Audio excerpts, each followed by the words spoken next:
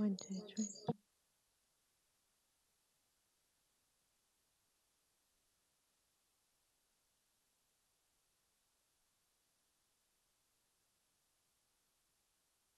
One, two, three.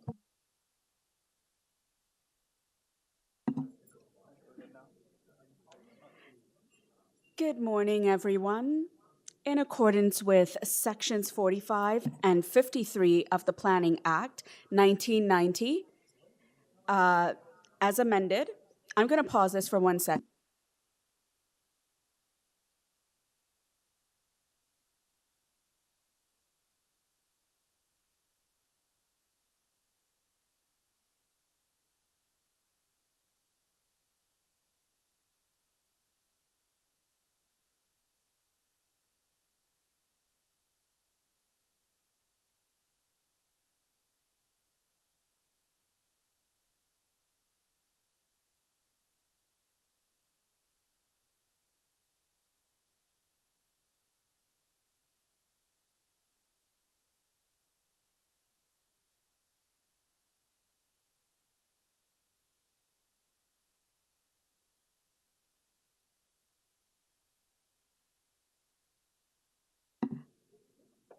Testing, testing.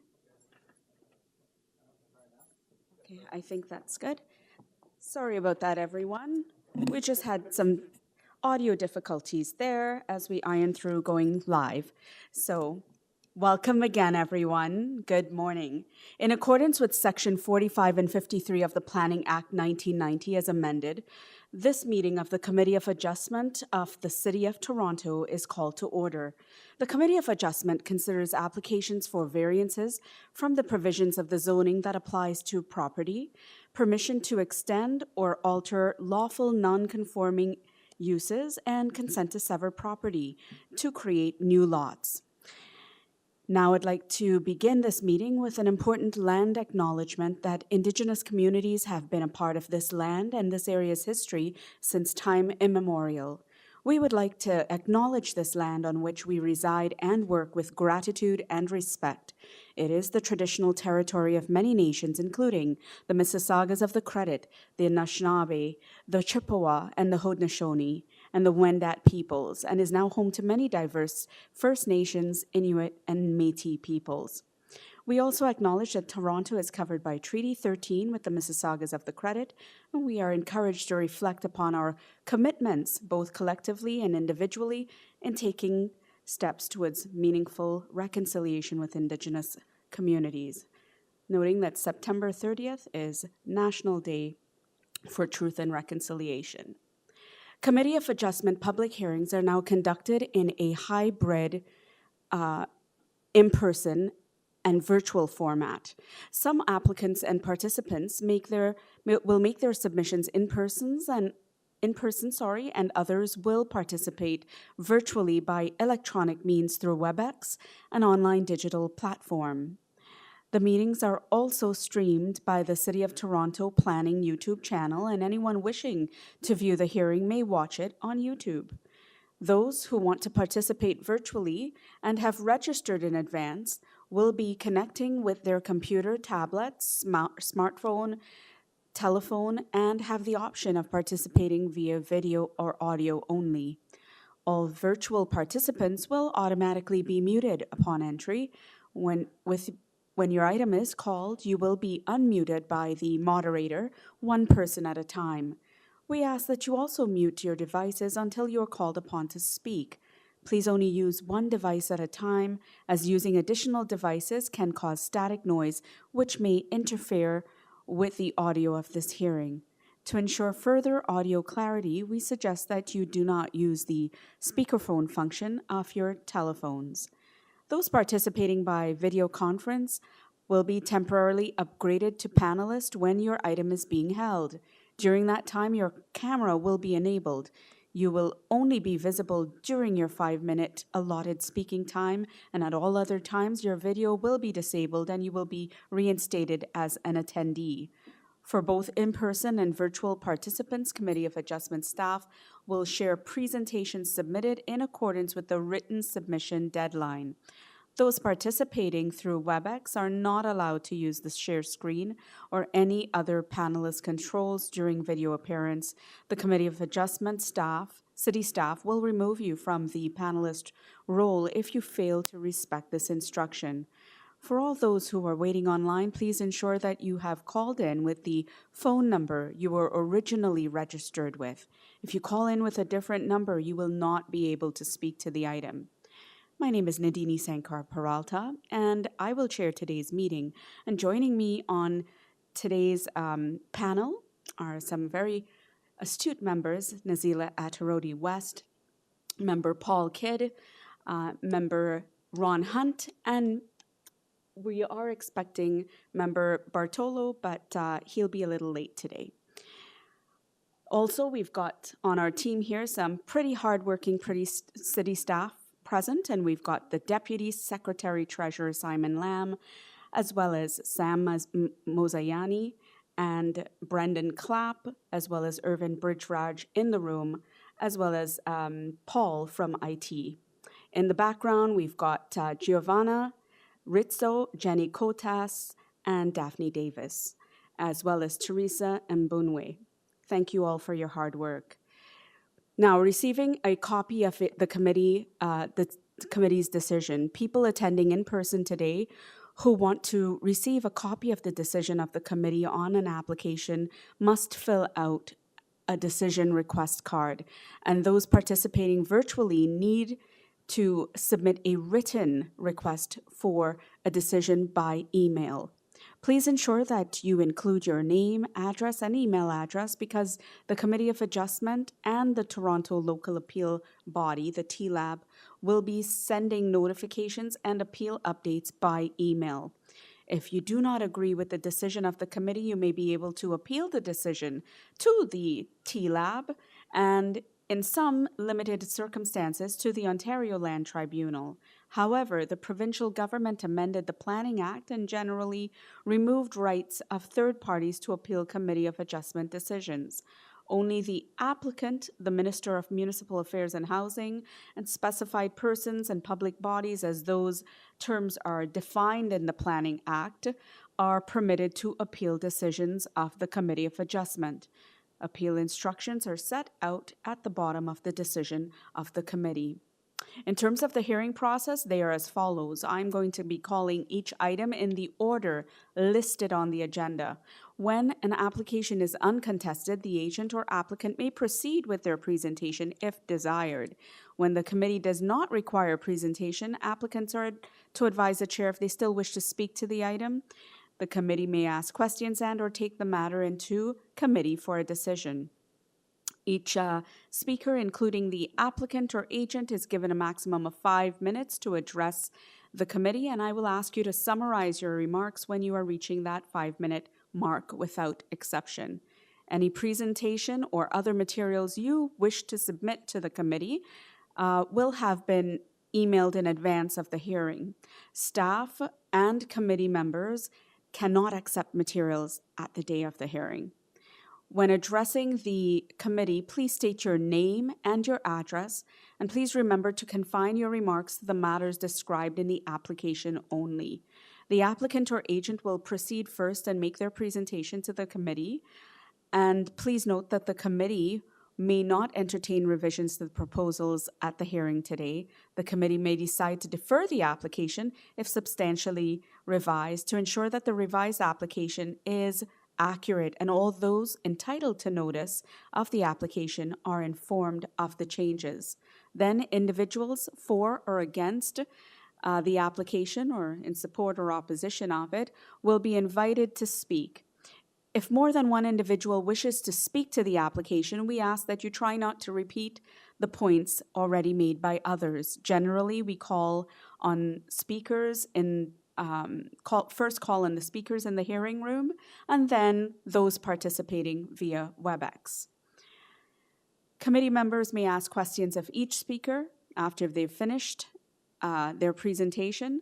When all speakers are finished, the applicant or agent has then the opportunity to respond or rebut only those issues that were raised by the previous speakers within a 5-minute time frame. This will mark the end of discussion on the item, and the application will then be taken into the committee for decision, and only members of the panel will be speaking at that point. So for this morning's sessions, Deputy, are there any minutes to approve? Through you, Madam Chair, we have one in the morning for August 10th, 2023. Yourself, Mr. Kidd, and Member Adarodi were present. Okay. Can I get a motion then from those members who are present to approve these minutes? Motion from Member Kidd. And seconded by Member Adarodi. Those minutes have been confirmed and passed. Okay. No other minutes at this time. I think we'll have some for the afternoon session. But first, let me ask the members, do you have a conflict of interest for any of the upcoming items for this morning's session? I don't either. I see no mentioning from the panel. So there's no conflict of interest declared. So let's move on then to any files that are being closed or deferrals. Through you, Madam Chair, there are no files to be closed. We have 2 items for deferral this morning. Okay. Item number 4, I'm not sure if the agent applicant is online at this point, for 1194 Roselawn. Okay, let's see if the applicant is there. Is Marco Razzolini on the line for 1194 Roselawn Avenue, item number 4? Here. Mr. Razzolini, if you can state your name and address for the record, please. Sure. Marco Razzolini, Sakura Design Inc., 94 Lakeshore Road East, Unit 201, Mississauga. Okay, thank you. I would like to understand what's your reasoning for deferral today? So we received comments from planning outlining that they weren't in full support of the variances that we are applying for.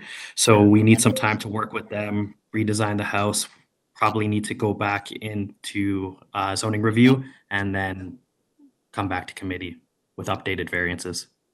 All right, that's great. There's no one to speak to this application. Committee members, do you have any questions of the agent today? On this deferral request, then can I get a motion to defer?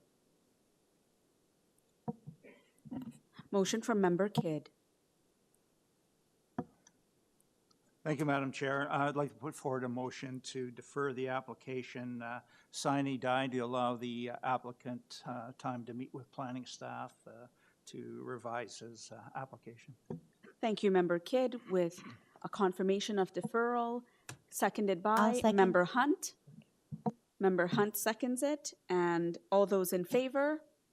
And this application has been deferred. Thank you, Mr. Razzolini. Thank you. Mr. Deputy, the second deferral?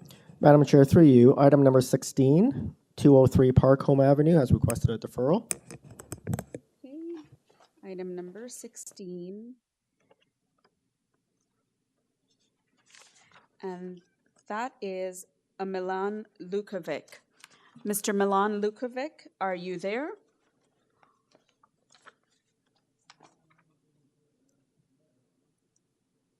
You've been unmuted. If you can state your name and address for our records, Mr. Lukovic.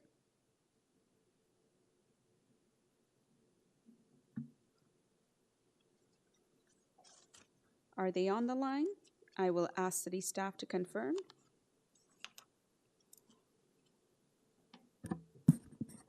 Madam Chair, they don't appear to be present. We'll try to reach out. Okay. And I just wanted to double check as well from city staff. I had thought that item number 2, there might have been a deferral request. I will just double check, Mr. Frank Maselli, or? I think you're correct, Madam Chair. I think number 2 is asking for a deferral as well. Okay, so item number 2, Frank Maselli, are you there? For number 15? Michelle's here on 15 Yeah. Charlemagne. That's it. And so if you could state your name and address for the record, please. Okay, so my name again is Frank Michelli, and my address was 4040 Steeles Avenue West, Okay. Vaughan, Ontario. Thank you very much. Can you tell me the reasons for your deferral? There is an outstanding urban forestry application on this matter. I'm requesting a deferral to the committee's October 12th date, Okay, thank you just so to give me much. time to file it. Well, we're not sure that you would get October 12th, but what we could do is we could do the sine die, and it will come up to the next available date should your deferral be approved. That's fine with me. Okay, thank you. There's no one here to speak to this. Actually, there's no one here to speak to this application. Members, if you don't have any questions, can I get a motion to defer? Motion from Member Attarodi. Through you, Madam Chair, would like to put forward a motion to defer this application so that the applicant have time to address the urban forestry concerns. Sine die. Thank you. Motion from Member Attarodi, seconded by Member Kidd. All those in favor? Your deferral request has been approved. Thank you very much. Thank you. Do we want to revisit item number 16? Are they on the line? Okay, so what we could do is we can come back to that, and if they're still not on the line, panel members, we're able to make that decision at the end of the hearing, but we'll give them a chance to respond if needed. So that takes us to the end of our deferral requests. Let's move on then to item number 1. Item number 1 is 301 Keewatin Avenue. No, sorry. This is 330 Drury Avenue. I was saying the address for the agent, Jonathan Benskowski. Are you there? If you could state your name and address for the record. Good morning, committee. State your name and address for the record, please. Jonathan Benskowski, 301 Keewatin Avenue. Okay, thank you. This application, pull this up.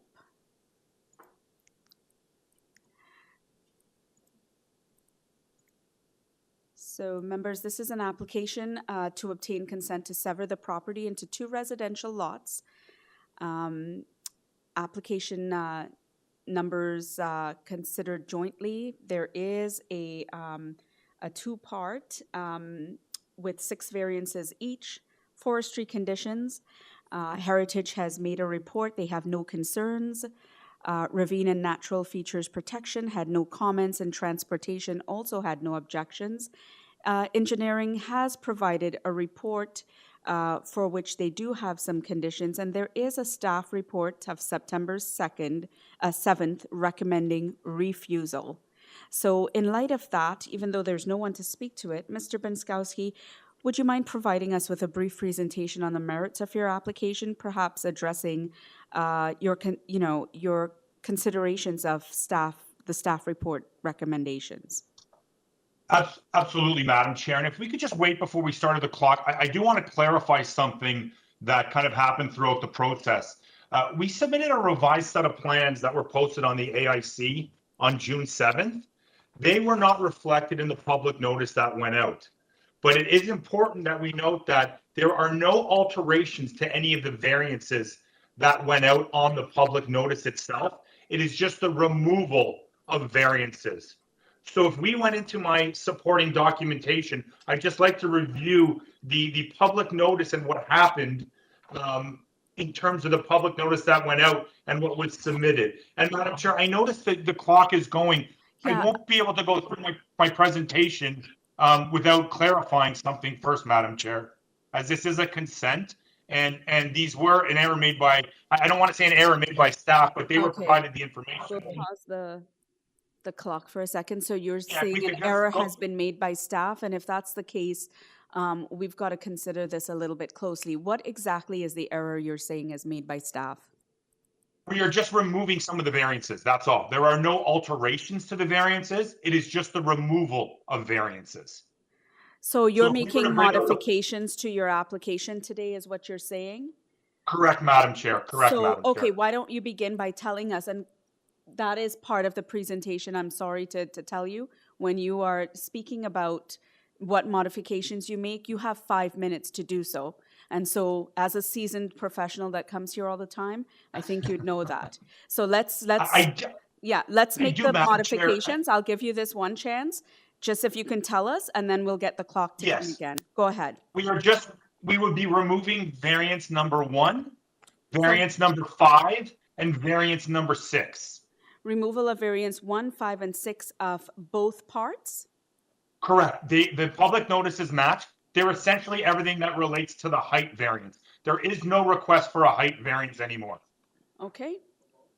And Madam Chair, these plans are posted on the AIC dated June 7th All right. with the zoning notice. Okay, so I'm just clarifying for members that this is variances number 1, 5, and 6 for both Part 1 and Part 2 of the application that has now been removed. And the Correct, city Madam staff Chair. is actually showing that in the presentation. Correct, Madam Chair. All right, so that's noted. The members have noted it. Was there any other changes? Were there any other changes? Anything else you'd like to correct? There are not, Madam Chair. All right, so let's begin your presentation. Sure. So the changes made to the public notice have eliminated the height variance request. The only variances that are before the Committee of Adjustment today deal with lot frontage, as well as the 2 side yard setbacks to the east and the west. I note, again, no height request, as well as an increase of the side yard setbacks from the original proposal. If we could go to page 9 of my presentation. This is an application that was previously heard before the Committee of Adjustment in October of 2022. I provided a comparison chart as well as the 2 elevations next to each other from what the original proposal requested to where we are today. There have been drastic alterations made to the original proposal's built form requests from what was previously refused to what is before you today. That's it right there, please. So on the left of the screen, we see the dwelling and the built form of the proposal that is before you today. And on the right, we see the refused proposal from the hearing in October of 2022. The only thing, obviously, Madam Chair and Committee, that hasn't changed is the lot frontage request. But in terms of the built form variances, we have eliminated the roof eave projections, as well as all height variances for both the main walls and the building height, as well as the first floor elevation above grade. The proposal before you today is on the left side, which is for a 2-story dwelling with 1 story of livable space above the garage. I would note that the side yard setbacks have also increased from the original refused application by 0.284 and 0.238 cumulatively on both. So we have an increase of essentially 0.5 meters of side yard setbacks to each dwelling. If we could go to page 10 of my presentation, I'd like to really deal with the frontage and how that relates to the application. The subject property has an existing frontage, as we can see outlined in green, of 25.45 meters. If we could zoom in a little bit, that frontage of 25.45 meters is 4.35 meters larger than the next largest lot on the subject block, which we can see adjacent to the property at 21.1 meters. After 21.1 meters, the next largest lots have a frontage of essentially 18.6 meters, which again is 6.77 meters smaller than the existing lot on the subject property. I would say that, again, by far, the subject property is the largest lot on this block along DREWRY Avenue. We know the city is having a housing issue, and we are looking to create housing throughout it. Provincial policy supports this, as well as the official plan.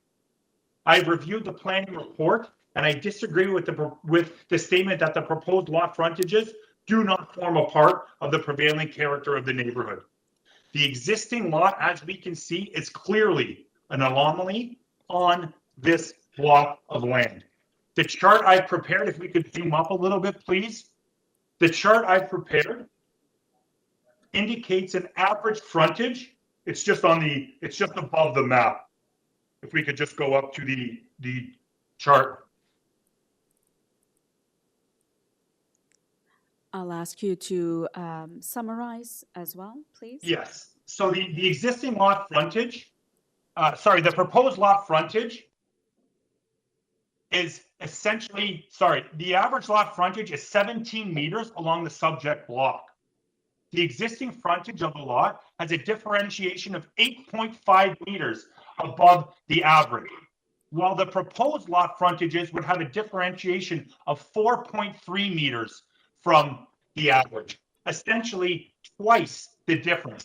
So the proposed lot frontages would form more of the prevailing character than the existing lot frontage. In summary, the OP policy does not speak to maintaining large lots. It speaks to respecting and reinforcing the neighborhood. In my opinion, the proposed lot frontages are drastically closer to the prevailing lot frontages than the existing that is there. Okay, I'll ask you to stop there because you are out of time, but I will open it up for members to ask any questions that they feel is appropriate with respect to this application. Members, do you have any questions for Mr. Benskowski at this time? Member Hunt, go ahead.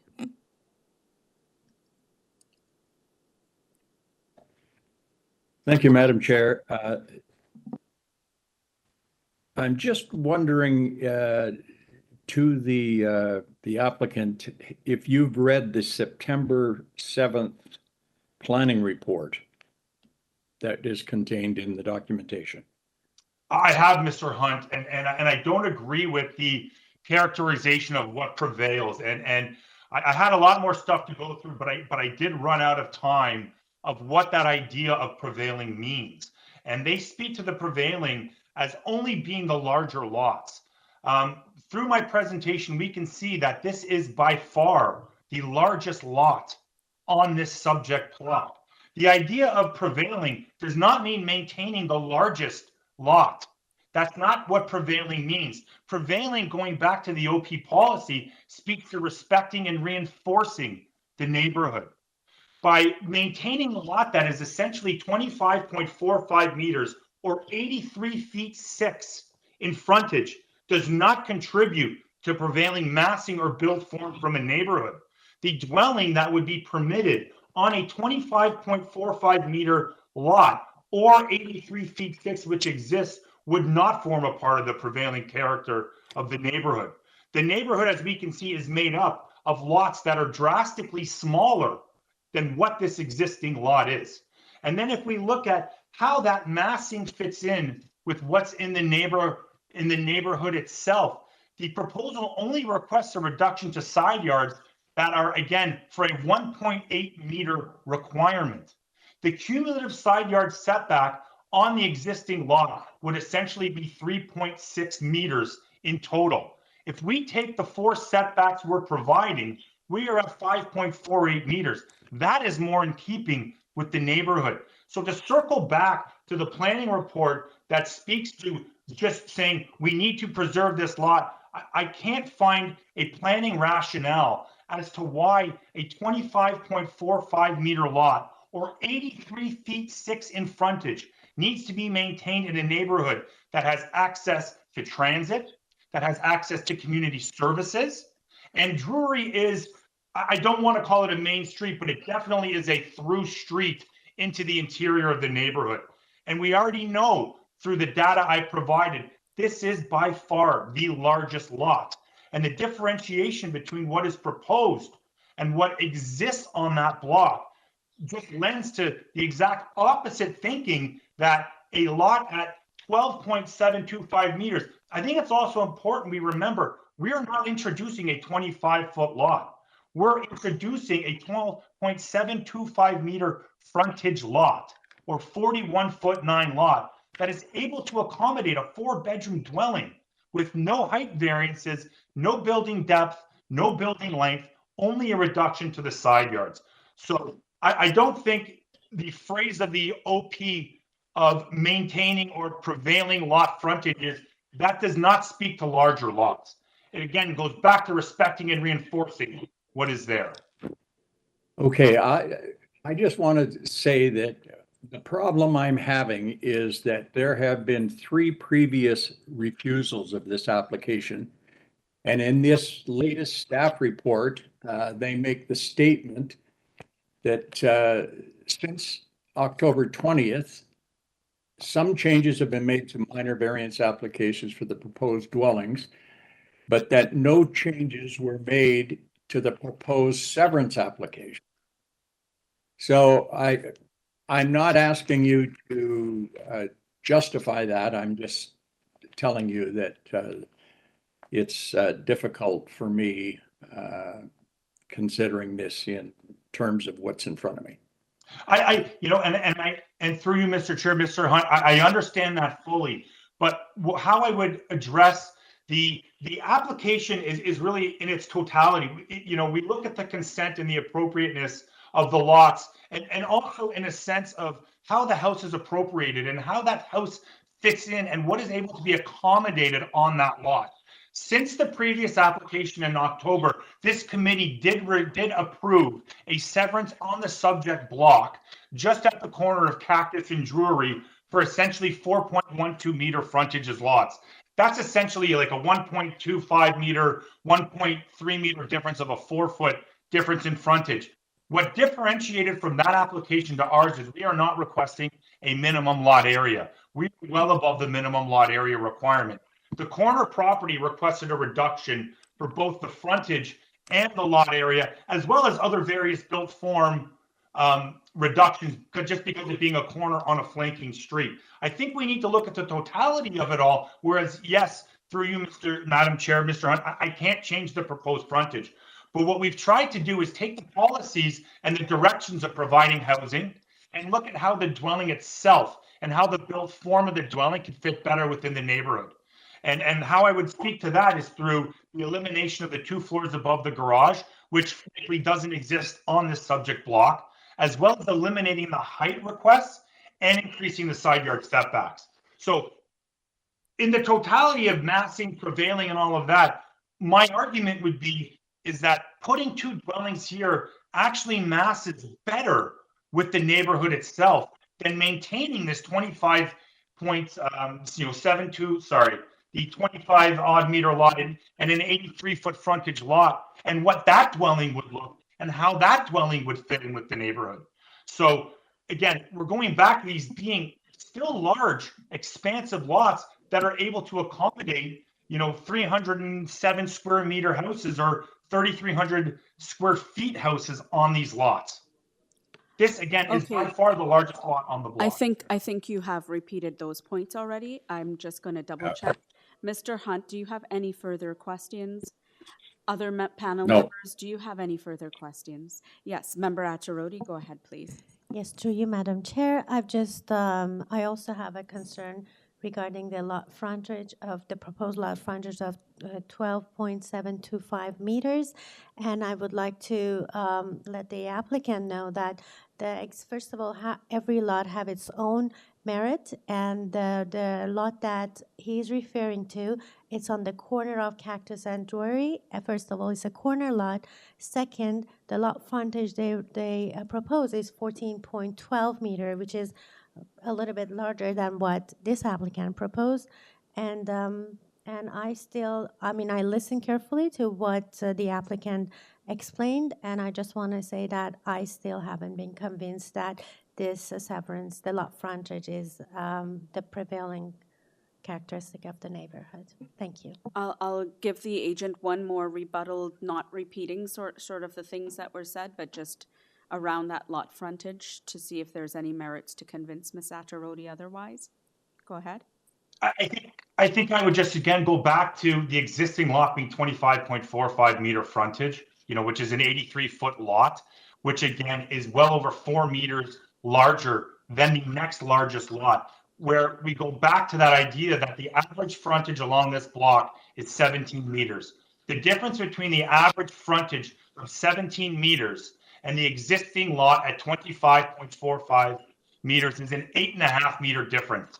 Whereas the proposed lots we're proposing at 12.725 meters have a 4.3 meter difference in average. So to look at what would fit better within the neighborhood itself, we're talking about a double of the difference. So in terms of how it would mass and fit on the lot, I would definitely suggest that the proposed lot frontages would be more in keeping with what is on this block than maintaining a 25-meter frontage lot that again is drastically larger than the average itself, whereas what we're proposing is much closer to the average along the block. I think, again, we've got to go away from the idea of prevailing does not suggest maintaining the large lots, but looking at a streetscape and a block and how it fits.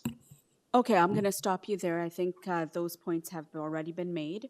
And so for that, if there are no more questions, I think that's quite the debate and discussion today, and you've gotten ample time, Mr. Benskowski, to state your points.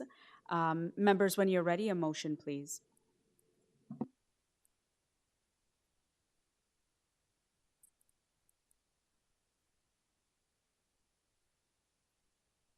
Member Kidd.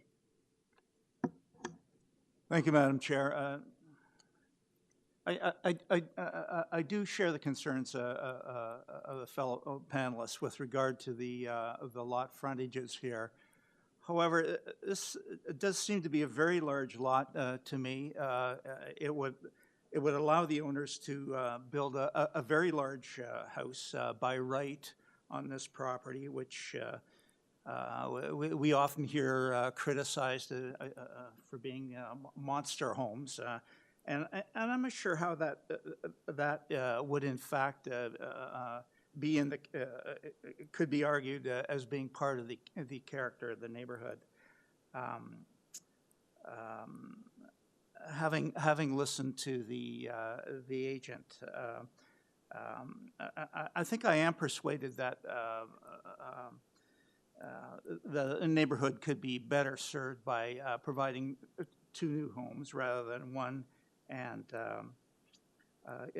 being of a bit more modest size, they could be, I accept the argument that they could be considered more within the character of the neighborhood. I'm gonna put in a proposal to accept this application, revised to the minor variance application for both Part 1 and 2. Revised to delete variance number 1, 5, and 6. Also, make it conditional to the engineering construction services conditions set out in their report dated June 29, 23, and also subject to forestry condition. Okay. And so motion from Member Kidd to approve this application consent as well as parts with those specific conditions. Is there a member to second that motion? Should that motion not be seconded, the motion fails. The motion fails. Members, can I get a new motion? Motion from Member Atterodi. Through you, Madam Chair, I would like to put forward a motion to refuse this application. Motion from Member Atterodi to refuse the application. Someone to second that motion, seconded by Member Hunt. All those in favor? And those opposed? Member Kidd dissenting. Mr. Benskowski, your application has been refused. Thank you. Thank you. Okay, we have already deferred application number 2, so members, let's move on to application number 3. Application number 3 is 35 Church Street, and members, this is a proposal to construct a second floor addition and alter the first floor in existing school. There is a Kevin Weiss, who's the agent. Mr. Weiss, are you there? Oh, you're in here in person. Okay, thank you. And if you can state your name and address for the record, please. Kevin Wise. Address is 77 Florence Street, Unit 104, Toronto. Okay, thank you for that. Now, members, just to note that there are a couple folks here to speak to this this application. Well, one other person. and that this has 4 variances. There are forestry conditions. There is a transportation report of September 6th, but they are advising approval with some specific conditions. Now, because someone's here to speak to that, Mr. Wise, if you wouldn't mind providing us with a brief presentation on the Yes. merits of your case. Did you say 4 variances? There's Let me 2. just see. Oh, I think I'm seeing here 4 variances, and I'll just double check. Yeah, there are 4 variances noted here. One about parking spaces, one about lot coverage, front yard setback, that are 2 different items for the front yard setback. So, okay, sorry. All right, so I'll speak to the project. It's a project. It's a second floor addition to McKee Public School. It's the location of it is over top of a previous addition. The grounds are the playgrounds of the area are very well developed, and so to alleviate some of the stresses of population growth in the neighborhood, this addition is a second floor and has very minimal impact on the outdoor amenities of the school, which is very important. The building area which is one of the variances requested, is we're asking for a total of 32.36% coverage, where as of right it's 30%. So it's a very small area increase, and in fact, excuse me, the addition itself is only 1% of that additional 3%. It's over a little bit. Parking, the parking issue is there is a parking agreement, and it's been ongoing, but it's been renewed with Willowdale United Church just up the street for 30 parking spots on site. Currently, there's 31. We need an additional. We need 69 altogether, so we're deficient 8 spots. So that was the other variance we were asking. The front yard setback, I guess. I'm a little bit. I'm not quite sure. We are building on the rear of the building, so the new addition is not affecting the setback at all.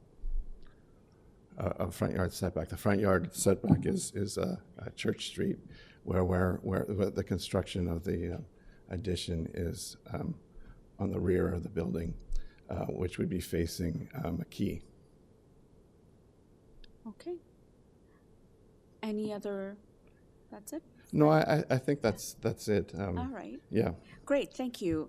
Well, members, do you have any questions of Mr. Wise?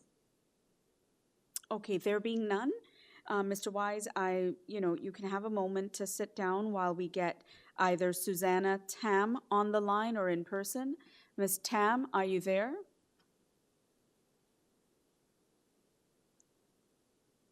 Ms. Tam? Online? Yes, you've been unmuted. Go ahead. If you could state your name and address for the record, please.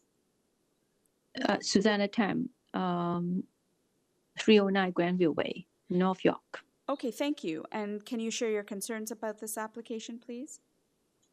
No. You don't have anything to share, or you just were listening? Just listening, yeah. Okay, not a problem. If there's nothing else to add, that's not a problem. Thank you very much. Okay, that being said, I will ask Mr. Wise to come back up to the podium. Members, you've heard there is no one really to speak to this application or nor concerns that were shared. I didn't see anything by way of a letter of objection. 4 variances noted for which Mr. Wise has explained, forestry conditions, and a transportation report that recommends approval with conditions. If there are no other questions, can I get a motion? Motion from Member Atterodi. Yes, through you, Madam Chair, I would like to put forward a motion to approve this application. It's very minor, and I also would like to add it to, tie it to transportation condition on the report dated September 6, 2023. That's my motion. Okay, and you did say subject to forestry, right? And subjected to, so hold on a second.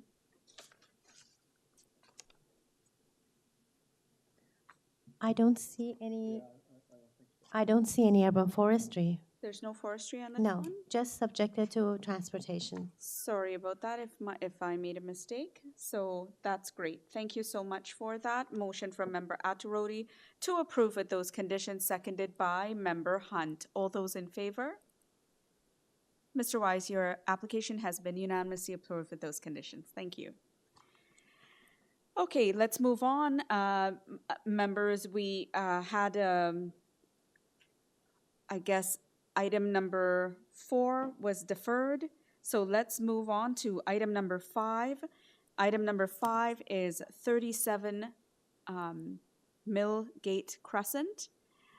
And 37 MILLGATE Crescent is an application to construct a 2-story garden suite.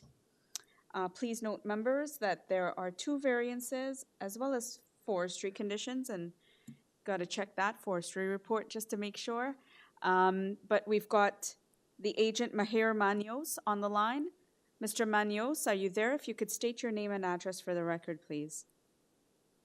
Morning, Madam Chair. Mahir Manias, 1 Teakwood Grove, Toronto. Okay, thank you. There's no one here to speak to this application, members. If you've had Madam a chance... Chair, if I may, Yes? we've got a last-minute addition for someone to speak to this application. Okay. So we do have one participant that wishes to speak to it.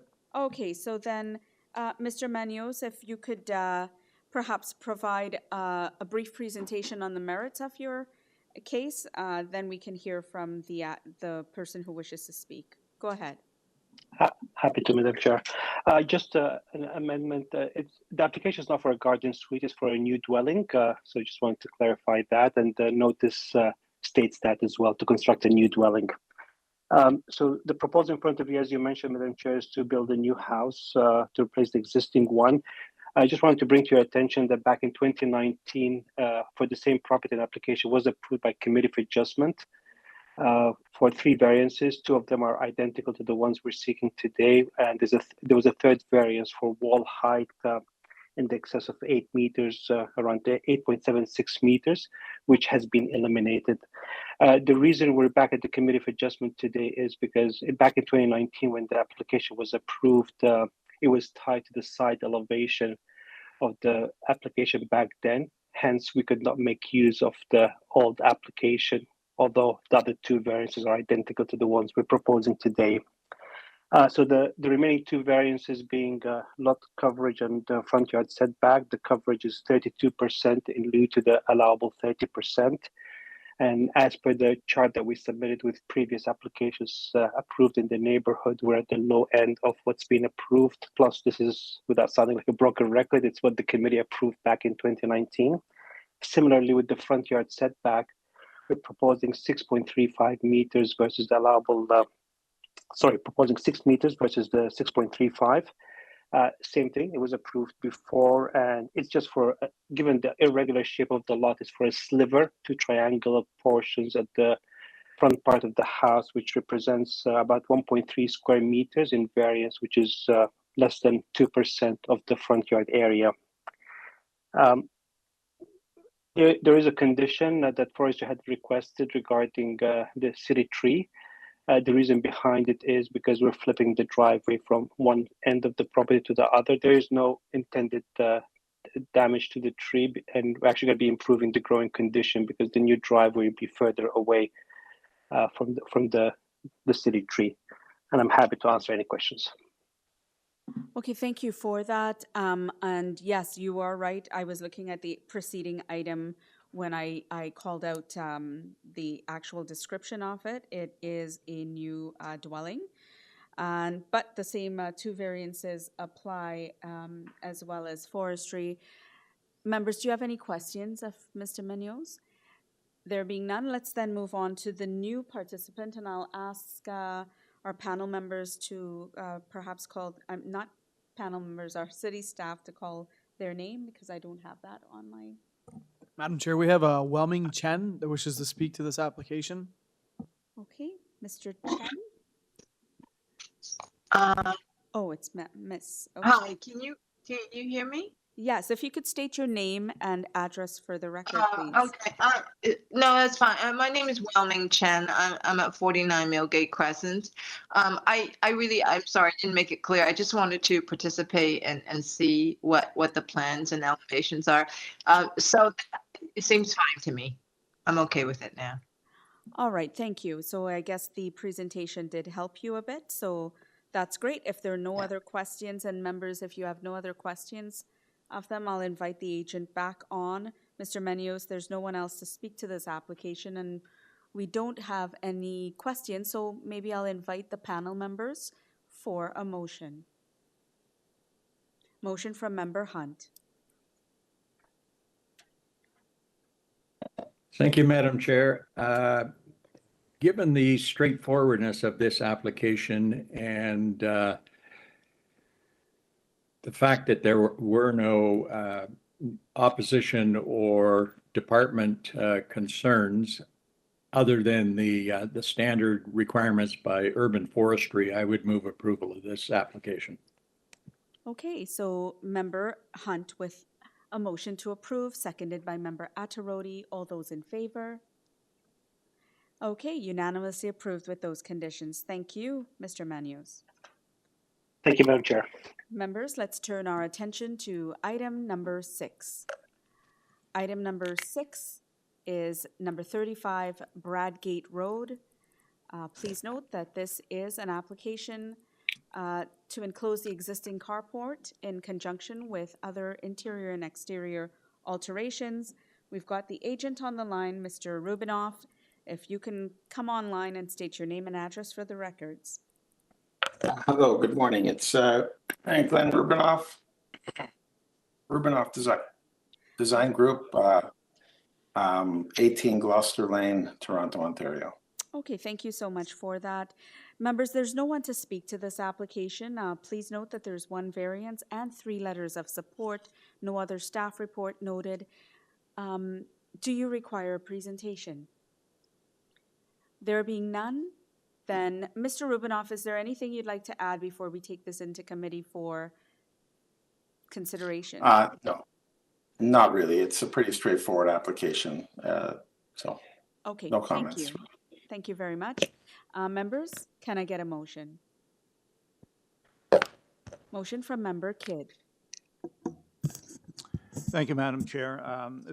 I feel this is a minor request, the variance. I'd like to put forward a motion to accept the application without condition. Okay, motion from Member Kidd to approve this application without condition, seconded by Member Attarodi. All those in favor? Your application has been unanimously approved, Mr. Rubinoff. Thank you. Thank you very much. Members, if we can turn our attention to item number 7. Item number 7 is 115 Wigmore Drive. Please note, members, that this is an application to construct a second-story addition to an existing dwelling. There's no one to speak to this application. Please also note that there is just one variance. Members, do you feel that you require a presentation for this application? Oh, hold on one second. Let's get the applicant out. Let's not skip that step. Parisa Amiri, are you there? Yes. Okay, Hi, if you could state good your name and morning. address for the record, please. Parisa Amiri. My address is 50 Woodville Avenue. I'm the architect and applicant on this application. Okay, and as you've seen, the members don't require a presentation. Is there anything you'd like to say before they take it into committee for consideration? No, it's pretty straightforward application with a very minor request that we are asking for the committee. All right, thank And, you. appreciate it. Thank you. Members, you've heard that, and there's really nothing to this. It's just one variance. Can I get a motion, please? Motion from Member Hunt. Thank you, Madam Chair. As you stated, there's no department comments or concerns and no neighborhood opposition. I think very straightforward, and I would move approval of the application. Okay, Member Hunt with a motion to approve this application as is, seconded by Member Kidd. All those in favor? And your application, Ms. Amiri, has been unanimously approved without condition. Thank you. Thank you. Members, if we can turn our attention to item number 8, which is number 5, Little Boulevard. 5 Little Boulevard has no one to speak to it. And this is an application to legalize the front porch road covering. And so we've got 2 variances as well as 4 letters of support. Saba Al-Mathno is the agent. Saba Al-Mathno, are you there? Yes, Madam Chair. Good morning and good morning, committee members. Great. And if you could state your name and address for the record, please. Saba Al-Mathno, QBS Architects, 1670 Bayview Avenue, Unit 401, Toronto, Ontario. Okay, so the only person I have listed to speak here is the owner. There's 4 letters of support, 2 variances. Members, do you require a presentation for this application? If none required, Ms. Al-Mathno, do you have anything that you'd like to say to committee members before they take this into deliberation? Absolutely. Just a quick thing is the variances are due to the overhang being basically flush with the main house overhang rather than with the edge of the existing porch. These are the only variances that we are seeking. Okay, thank you very much for that. Members, if you have no other questions, can we entertain a motion, please? Motion from Member Atarodi. Yes, through you, Madam Chair, I would like to put forward a motion to approve this application with no condition. Okay, Member Atarodi with a motion to approve this application, seconded by Member Hunt. All those in favor? Your application has been unanimously approved. Thank you so much. Thank you very much. Okay, members, we'll just go through one more application. There is an area resident to speak to this, and then we can probably take like a 10-minute break or something. Just let me know. But let's move on to item number 9, which is number 63 Bannockburn Avenue. Welcoming back Agent Jonathan Benskowski, if you can come on the line. Just state your name and address one more time for the record. Jonathan Benskowski, 301 Keewatin Avenue.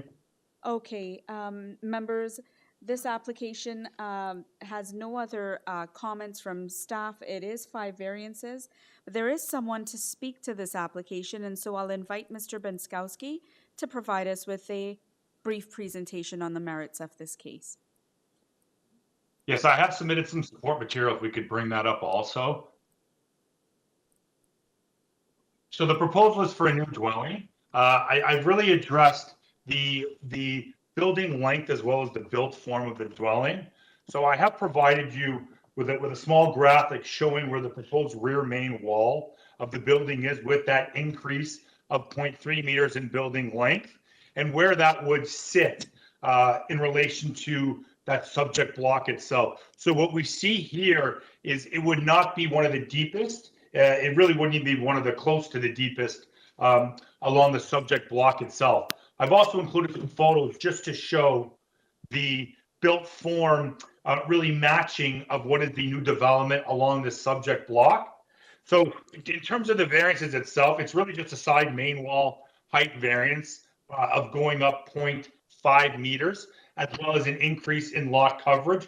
But again, if we look at that map that I provided, that coverage is represented on basically all of the new dwellings. And we know that because of the building length of what is on that subject block of Bannockburn and how that exists with the side yard setbacks. Again, in terms of the stair width, that also exists on the street. And as we can see that from the photo book, the brief photo book that I provided. Again, I think it's a fairly straightforward application with the building length being in keeping with what's on the street. All right, thank you very much for that. Members, do you have any questions of Mr. Benskowski? Member Attarodi, go ahead. Yes, through you, Madam Chair, I would like to ask to get some explanation regarding variance number 2, the proposed lot coverage of 36.1% versus the allowable, which is 30%. Yes, if we could go back to the map I provided in my support material. Again, what we see here, again, are dwellings that share the same length as well as that same side yard setback. These are city maps, and which is also evident from the photo book I provided. The massing of the new dwellings essentially mimics what is before you today. The only reduction in a side yard we're requesting is for one side, which is the east side, which is for a reduction of 1 feet.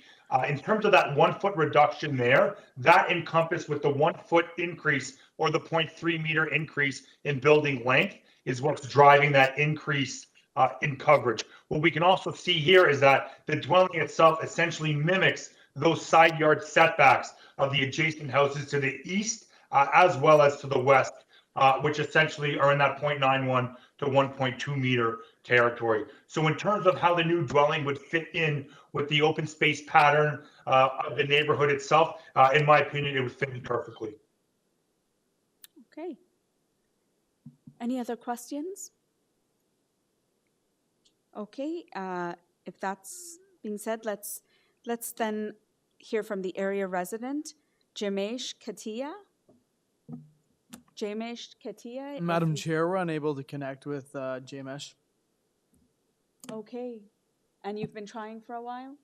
Okay. Well, in that case, then there's no one here to speak to that, and we've made several attempts. So, with the information you have before you, members, it's time to make a decision. Can I get a motion? Motion from Member Hunt. Thank you. Excuse me, Madam Chair. I believe this is a very straightforward application. I'm convinced from the drawing that along Bannockburn Road, this is not disproportionate. And given no department concerns or comments and no opposition, as stated, I would move approval of this.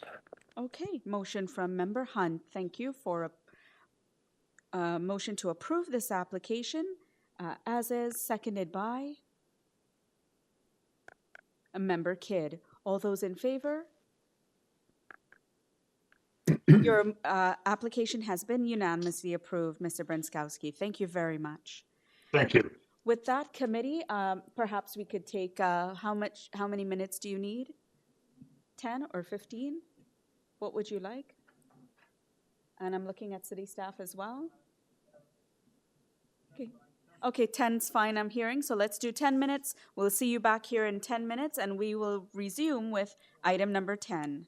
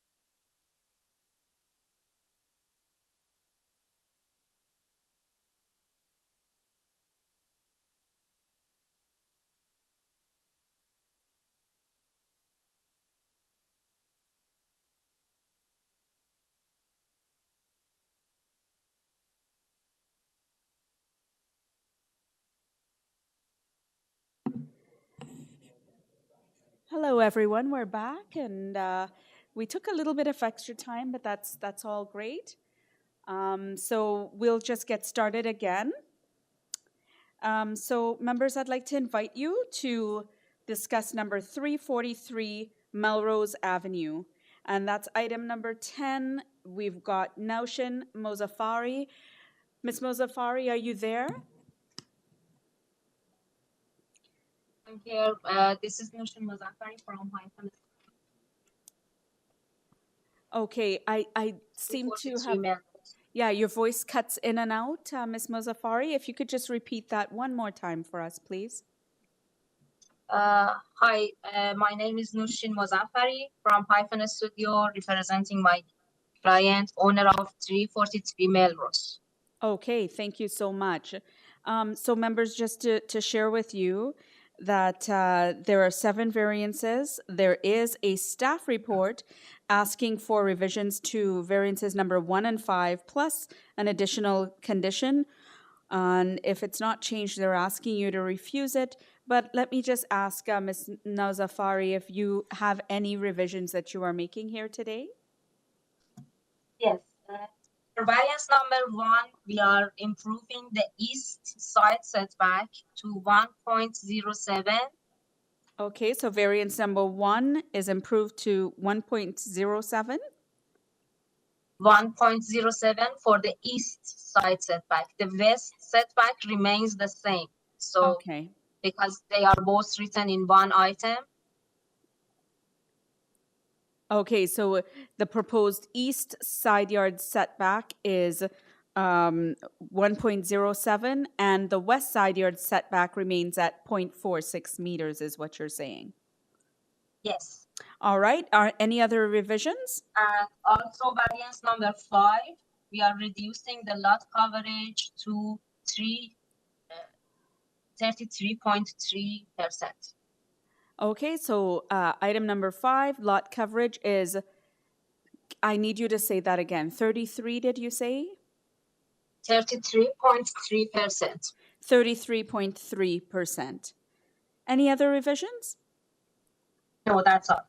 All right. And because there is someone else here to speak to this application, how about you give us a brief presentation on the merits of your case?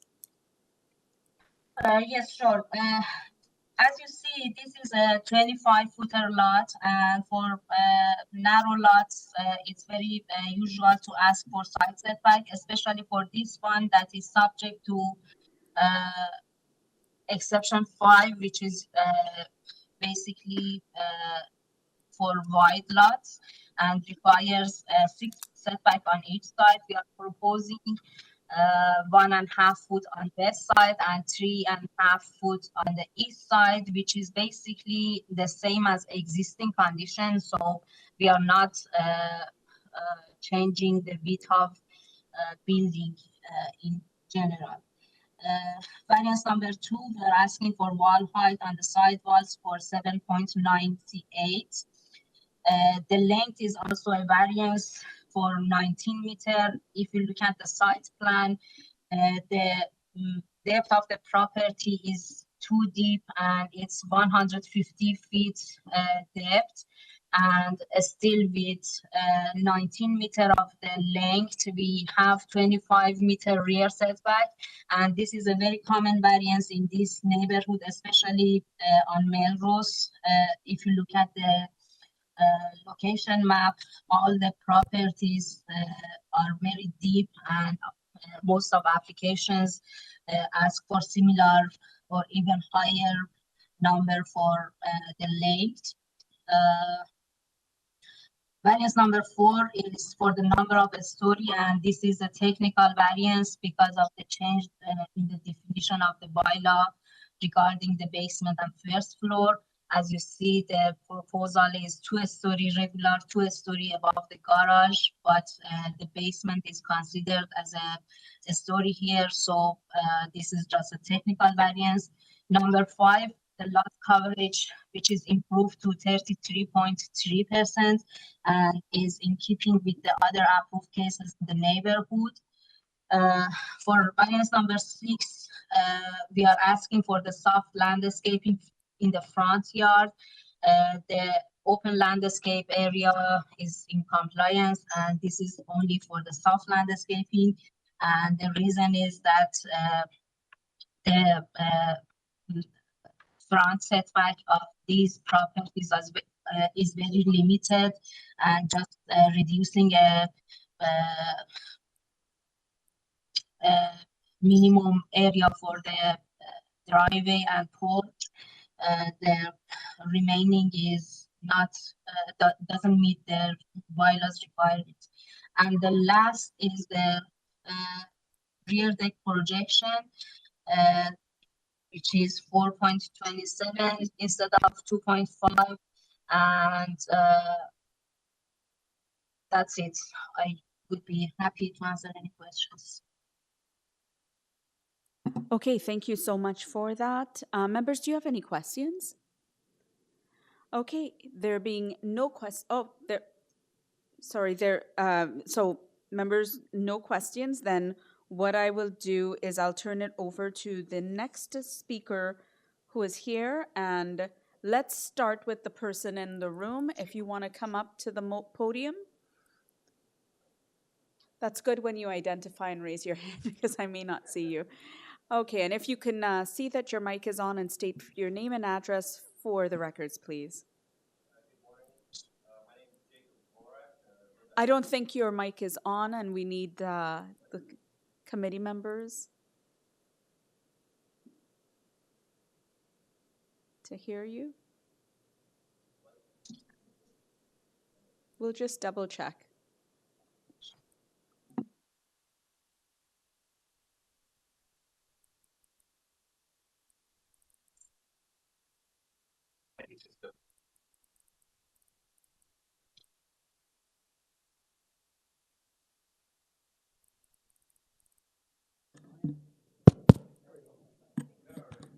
We'll ask him to take a little walk to another mic that's working right now. All right. Thank you very much. All right, go ahead. Okay, good morning. My name's Jacob Dvorak. I live at 341 Melrose Avenue, which would be the house to the east of the proposed build. All right, you can have a seat, no problem. Make yourself comfortable. The only question I have for Madame Architect is the east side setback. Am I correct in assuming that the cantilever will not be built for the second floor? Okay. How about we hold on to that? Is there any other, because we've got someone else to speak and then she comes up in the end. Perfect. Or do you have any other Nope, questions? that's the only question I have. All right, no problem. That being said, and you can stay there just for a moment, just in case there's something that comes up with respect to that question. Let's get the other speaker out, and that's a Marana Zaskowski, who may be online. Yes. Marana? Yes. Right. If you could state Hello. your name and address for the record, please. Hello, Madam Chair. It's Morana Zaskowski at 345 Melrose. Okay, thank you. And would you like to share your concerns about this application? Sure. I've sent in the form. So my basic concern is mostly variance number 3, which is the length of the building. It is extending further than my house, and I'm asking for that variance to be looked at as the increased footage blocks sunlight, blocks also encroaches onto the backyard into my area in terms of blocking the view. I had also mentioned in my report was variance number 7, which is the elevation of the, I believe you would call it a landing from the second floor. This, I believe, is a privacy issue for my backyard as well. My other concern was the backyard bay window on the second floor, which extends out of the, I guess, footprint of the home. Again, this is issues with sunlight and with privacy into my backyard. So those were the main ones. The others I've listed on my concerns was regarding any air conditioning unit, that it is not placed close to the backyard, regarding noise, and also regarding the overgrown trees in the backyard. Okay, thank you. A couple of those, like Thank you, Madam Chair. yeah, the overgrown trees and the air conditioner, that could be something of a private discussion you can have. They're Sure. not really part of the Okay. variances that we have a Sure. bit more jurisdiction over. But let's invite then, unless there's any questions from committee members for either of these speakers. There being none noted, Ms. Mozaffari, if you can come back and begin by addressing the question that one of our area residents has asked, as well as the second area resident with respect to variances number 3 as well as 7. Yes, sure. For the question that neighbor on the east side asked, we are improving the variance for the east setback to be 1.07 meter. And basically the cantilever portion, because the original application, we had a cantilever portion for the half of the main floor and the whole second floor, which we eliminated. And that's how we improved the side setback variance and also the lot coverage. The only portion that encroaches on the east side is a small bay window on the second floor, which is excluded from the calculation of the coverage and setback. So yeah, basically there is no cantilever portion like the original concept. And for the concerns of the neighbor on the west side, if you look at the site plan, as I mentioned, these are very deep lots and other properties, the same proposed length, for example, 330 Melrose, 325, 327, 257 Melrose. These all have the same length variance. Also on the DeLorean, just one street to the north of Melrose. We had applications for 369, 362 DeLorean. These are very deep lots, although the width is very limited. The depth of the lots are very long, and it's very common to ask for the length variance in this neighborhood. And considering the direction of the sunlight, we are not blocking any sunlight for the neighboring properties, as the lot is located in the south-north direction.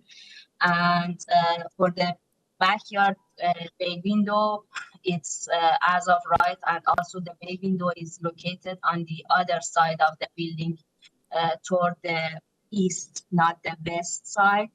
And for the deck is aligned with the building on both sides.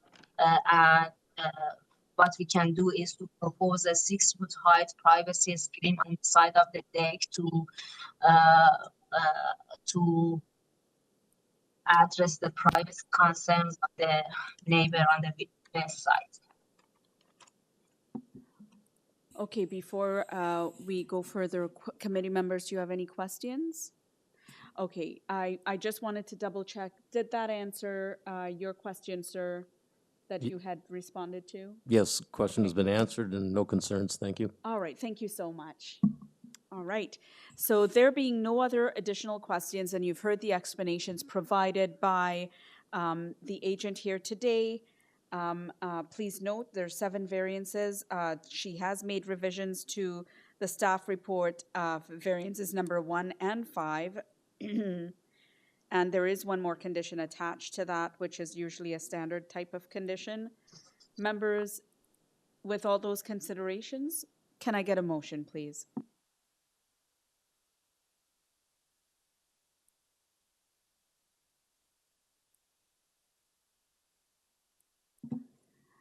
I've just been asked about the staff report. So the staff report, I'm just pulling that up right now, and just the one sort of standard condition, let's just see. Okay, you've got that? All right, so that being said, I think I saw Mr. Hunt's hand. Member Hunt, go ahead, please. Thank you, Madam Chair.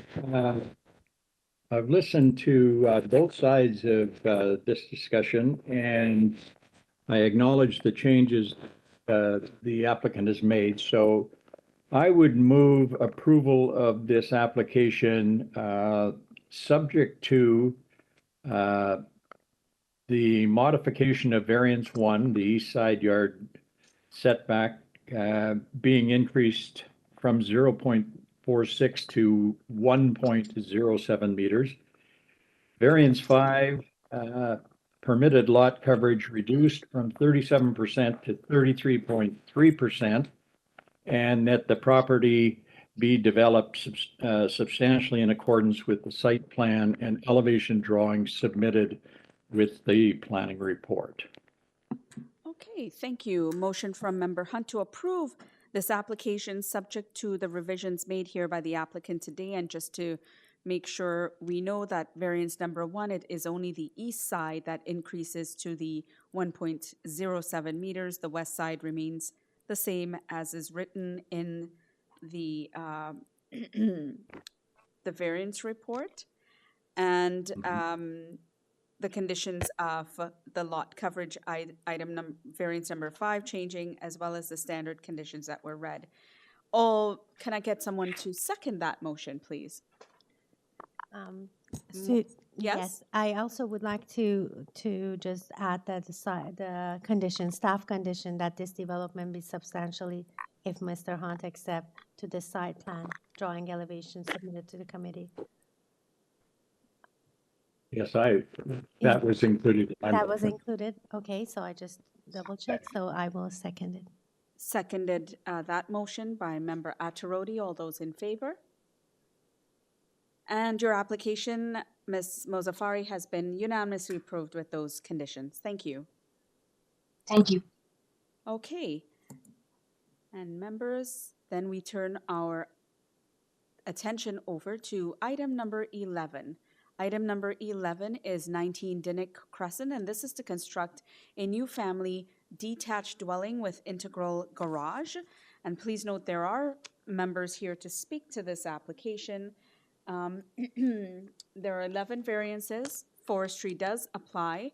Please note that there are 5 letters of concern plus 1 additional letter from the Lawrence Park Ratepayers Association. And the agent on here is a Michael Goldberg. Michael Goldberg, are you on the line? Oh, there you go. There Thank you go. so If much. you can Yes. state your name and address for the record, please. My name is Michael Goldberg. I'm a planning consultant, a principal of Goldberg Group at 2098 Avenue Road in Toronto. Okay, thank you. And if you can provide us with a presentation on the merits of your application, there's a few folks here to speak to this application. Okay, I'll start speaking, but I will ask the controller of the screen to put our presentation on, and I'd ask to turn to page 3 right away. But what I can say to members of the committee are a few things. A revision, like a single architectural revision, has been made to the west setback so that it is no longer at 1.01 meters of a west setback. It is now at 1.22, which basically matches the setback of the adjacent home, which is at 1.19 and 1.22 meters. So what that does, it has the effect of revising variance 4 and variance 7 and variance 11. I think we have provided information to the committee. Thank you very much for putting that on the screen. We've provided information of how that affects the variance. Okay, can can you do me a favor just for the benefit of members, even though we have it and we want to read those changes into the record? Please state which variances they are in their order and change what it's changing from to, so that also members on the line wishing to speak to this application can hear that out loud. Okay, variance number 4, the proposed west side yard setback, it was originally proposed to be at 1.01. It increases and reduces the variance to 1.22. 1.22 Variance meters, that's variance number 4. number 7, the FSI, or the floor space index, it was proposed at 0.59. It is now proposed at 0.58. Okay, so FSI has been slightly decreased to 0.58 times. And finally, variance number 11, the last line that says the proposed canopy encroaches 0.81 meters and 0.86 meters into the west side of the yard setback. The encroachment is less, so it is 1.06 meters to the west side lot line now. Okay, so it's The still variance is it encroaches 0.81 meters and 1.06 meters to the west side lot line. No, Sorry. both numbers should Are- read 1.06. Okay, so encroaches 1.06 meters to the west side lot line. And is 1.06 to the west side lot line. Yes, that's correct, Madam Chair. Okay. Great. The other thing I'm going to say in relation, if we could just put up the presentation once again and stay on page 3 of the presentation. The other thing I'm going to say to you is there is a variance, and there are 2 variances relating to the driveway. The reason the variances are there because there's an existing hammerhead on the driveway, and it is the desire of the new homeowner to maintain the hammerhead, and it's the hammerhead that prompts the variances. I will say, however, it is the preference that we maintain these variances and the existing hammerhead, which are shown on page 8 of the presentation, and I don't need to go there right now. But if it is the wisdom of council that the hammerhead not stay, even though it's the applicant's preference, we will live with that, and that will eliminate variance number 1 and variance number 2. So I will just say that in the event it's the wisdom of committee to eliminate that. The other thing I will just say in terms of the merits of this application is the west side yard now matches basically the adjacent house. The east and west side yards are now 1.26 for the east, 1.22 for the west, and there are many variances. From a respecting the character of the neighborhood perspective, there are many homes that have been constructed and approved variances for that dimension. In terms of the building depth and the building length variances, you'll see that there is a 1-story addition going out the back that takes care of the length and depth variances. The 2-story portion is actually 16.59 and 16.28 meters. So the 1-story extension, you could see the very rear portion is set back 3.68 meters from the west lot line and 5.2 meters from the east lot line. So it is very concealed, it is very discreet, and is not contributing, because it's a 1-story flat roof element, it is not contributing to much massing at all. The other matters relate only to the ancillary buildings. And I will just add, members of committee, and I'll conclude here, that all those variances relating to ancillary facilities or facility structures are existing. So there's just a design. There's a pool out there today. There's a cabana out there today. And there's just a desire to maintain what's already there today. And thank you very much. All right, thank you so much for that. And before we get to area residents, members, do you have any questions? Yes, go ahead. Through you, Madam Chair, I just want to get clarification regarding variance number 1 and 2. I listened, and the applicant said it's due to the existing condition of the driveway, but I would like to know if these 2 items have been eliminated or not. Variance number 1 and 2. through you, Madam Chair, to Ms. Atarodi, the applicant is expressing their desire to maintain it. However, if it is the desire of the committee that they be eliminated, we're not going to quarrel with you. It'll be eliminated and those variances will be eliminated. We do believe that these modest hammerheads, they exist on the existing property and they exist throughout the neighborhood, and photographs or pages 6, 7, and 8 of my presentation demonstrate that. But I suppose I'll say it this way in the vernacular: we don't want to die on the sword of the driveway variances. We are prepared to have them eliminated if it is in the wisdom of the committee to do so. Okay, thank you for that. Any other questions? All right, and before we move on to area residents, we do have a late staff report from the councillor that came in. And I'd ask city staff to pull that up because members, you haven't seen this as well. I want you to take the time to look at this, read it. We're all looking at this together. So this is from Jay Robinson. Councillor Robinson is saying that they are writing in to request a deferral of this application, and that there's 5 letters of objection, one included, which we did know from the Lawrence Park Ratepayers Association, which I believe we have members here today who would like to speak to that, and addressing also heritage matters. And I didn't see that heritage was a part of the analysis on here, but apparently they're raising that now as some concerns. I'm giving you a minute to just read that, and I'm going to allow Mr. Goldberg, if you would like, because you're probably seeing this as well, if you'd like to respond to that as the first item to respond to. Yeah, members of committee, I did see this letter last night, so I've had an opportunity to digest it. And what I'm going to say is this is not a listed nor a designated property. If the City of Toronto has an interest in designating property, they do so expeditiously.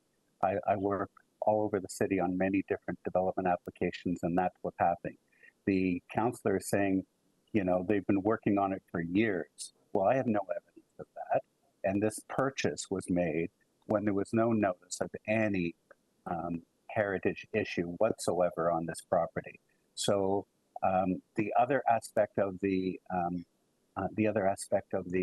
councillor's letters relating to the letters that you've received, I think I have, through my general comments about the variances, responded to them, but I will have an opportunity to respond when the people who are in attendance speak. Thank you very much. Yes, you will.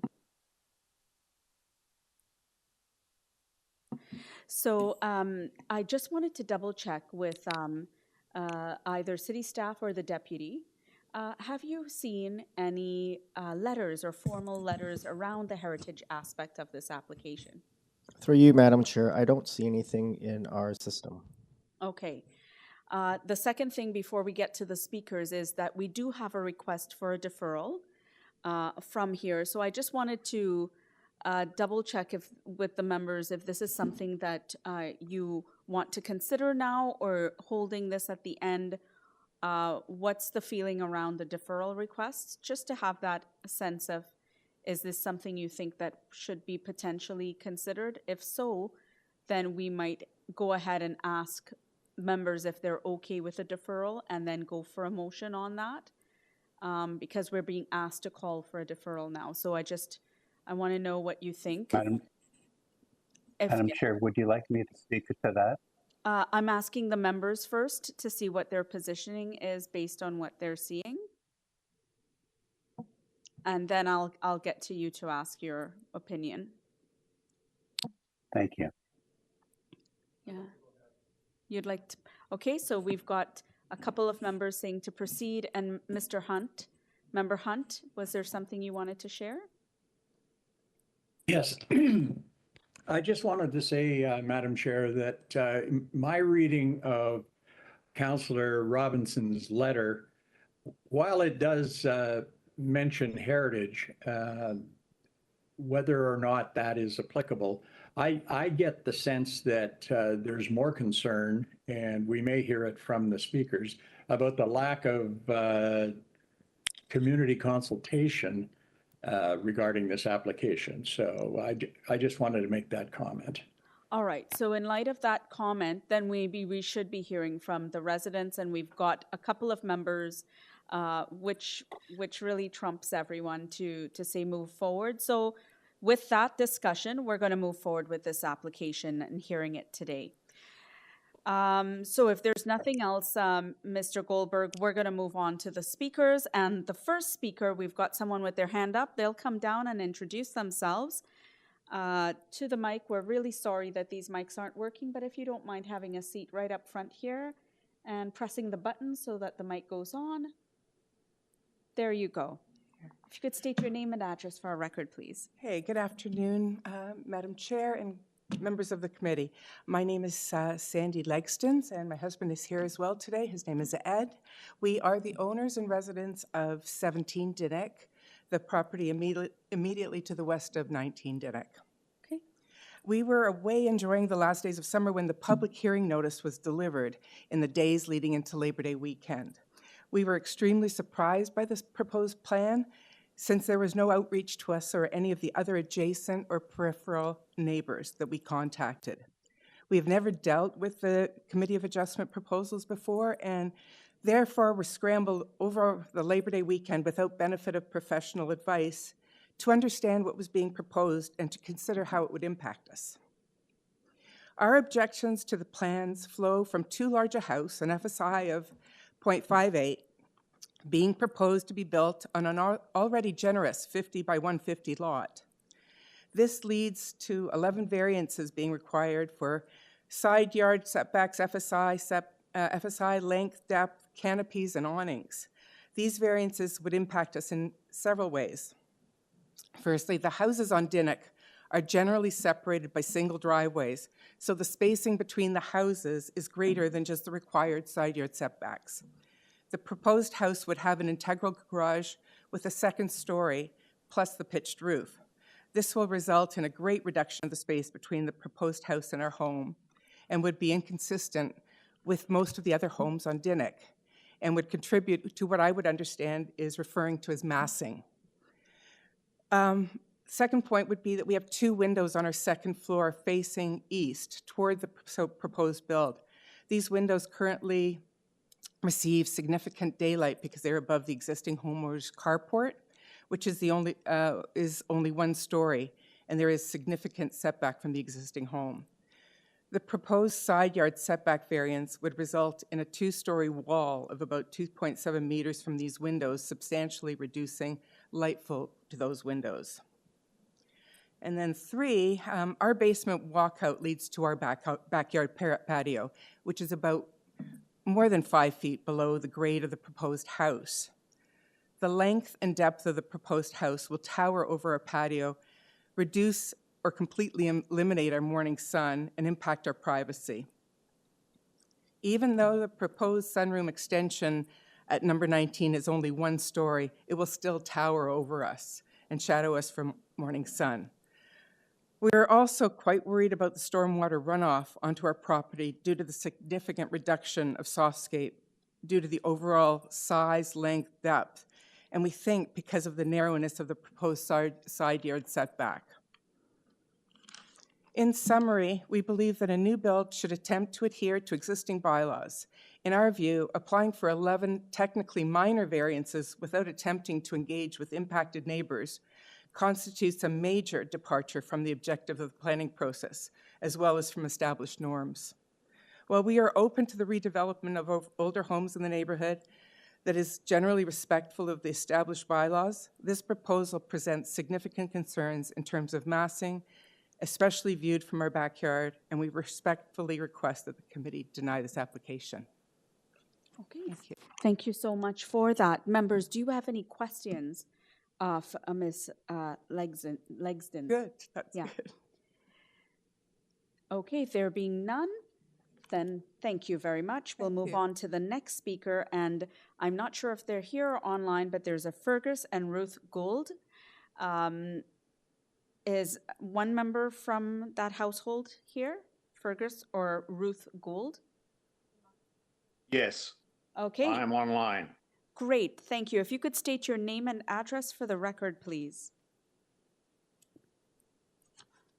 Thank you for this opportunity. My name is Fergus Gould. My wife is here with me, Ruth Gould. We're at 15 DINNICK Crescent, the house that is 2 doors to the west of the proposed new build. Okay. In similar fashion to the previous speaker, we were surprised by the lack of consultation on this new proposal with anyone in the neighborhood and the unfortunate timing that occurred over the long weekend. We are members of this community since 1994. We were attracted to the area by the large lot sizes, the low density of buildings, and the plenty of greenscape. We find that this proposal, including the very, very minor modifications that have been made by Mr. Goldberg, to not be in keeping with the neighborhood at all. We think that the overall proposal creates additional massing and changes the nature of the neighborhood. And obviously, the low density of the current neighborhood is a benefit to all members of the Lawrence Park community. And this is changing the character of the neighborhood in terms of a larger mass of building and less greenscape and less softscape.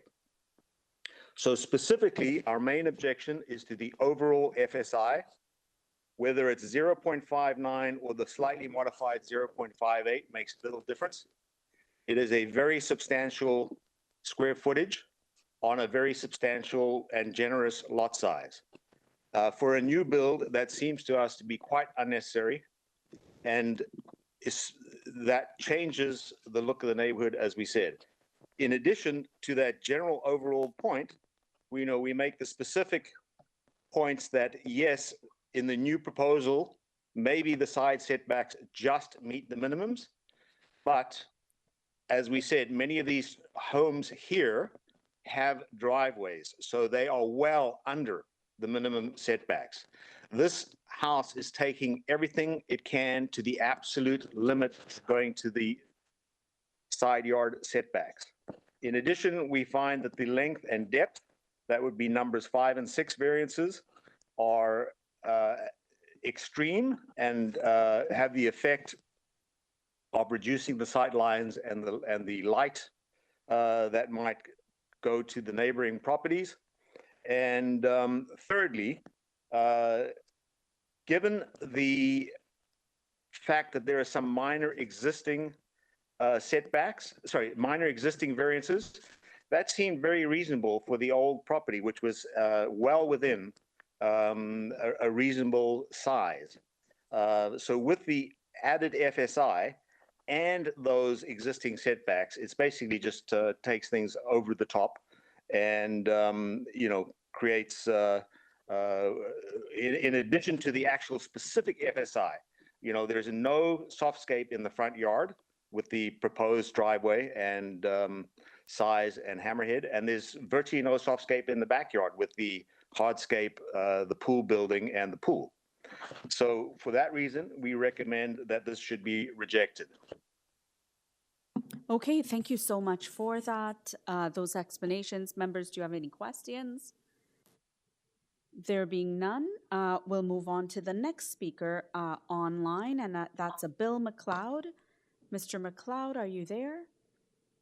I am. Yes, if you Can could you hear state me? your name and address for the records, we hear you clearly. Okay, good. My name is William McLeod. I'm 11 Dinnick, which is beside Fergus, so 3 away from the subject property. I went point by point in my letter, but essentially the main issue, if the hammerhead driveway is identical in size and depth as the existing, I'm not bothered with it. but the main issue is the overall massing and size of the house. Almost all of the variances involve exceeding all the limits. The lot area we're zone 0.35, so, you know, we're talking 60% increase they're looking for. There's no reason on a new build not to honor all of the variances that don't involve the existing buildings or other existing conditions.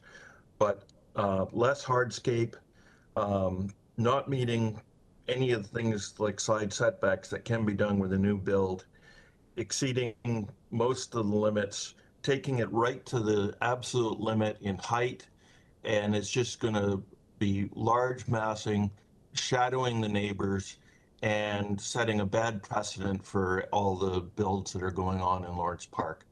So we have these rules for a reason. I don't understand with a new build why they can't even attempt modestly to match them.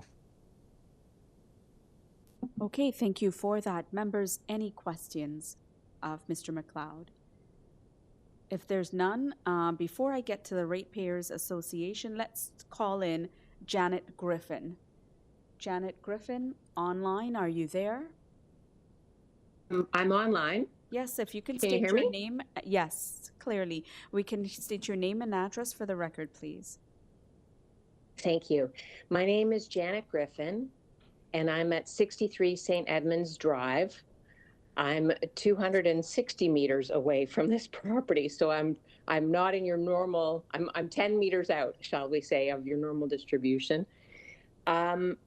I have been a resident for many years, and I walk the neighborhood many times a day with my dog.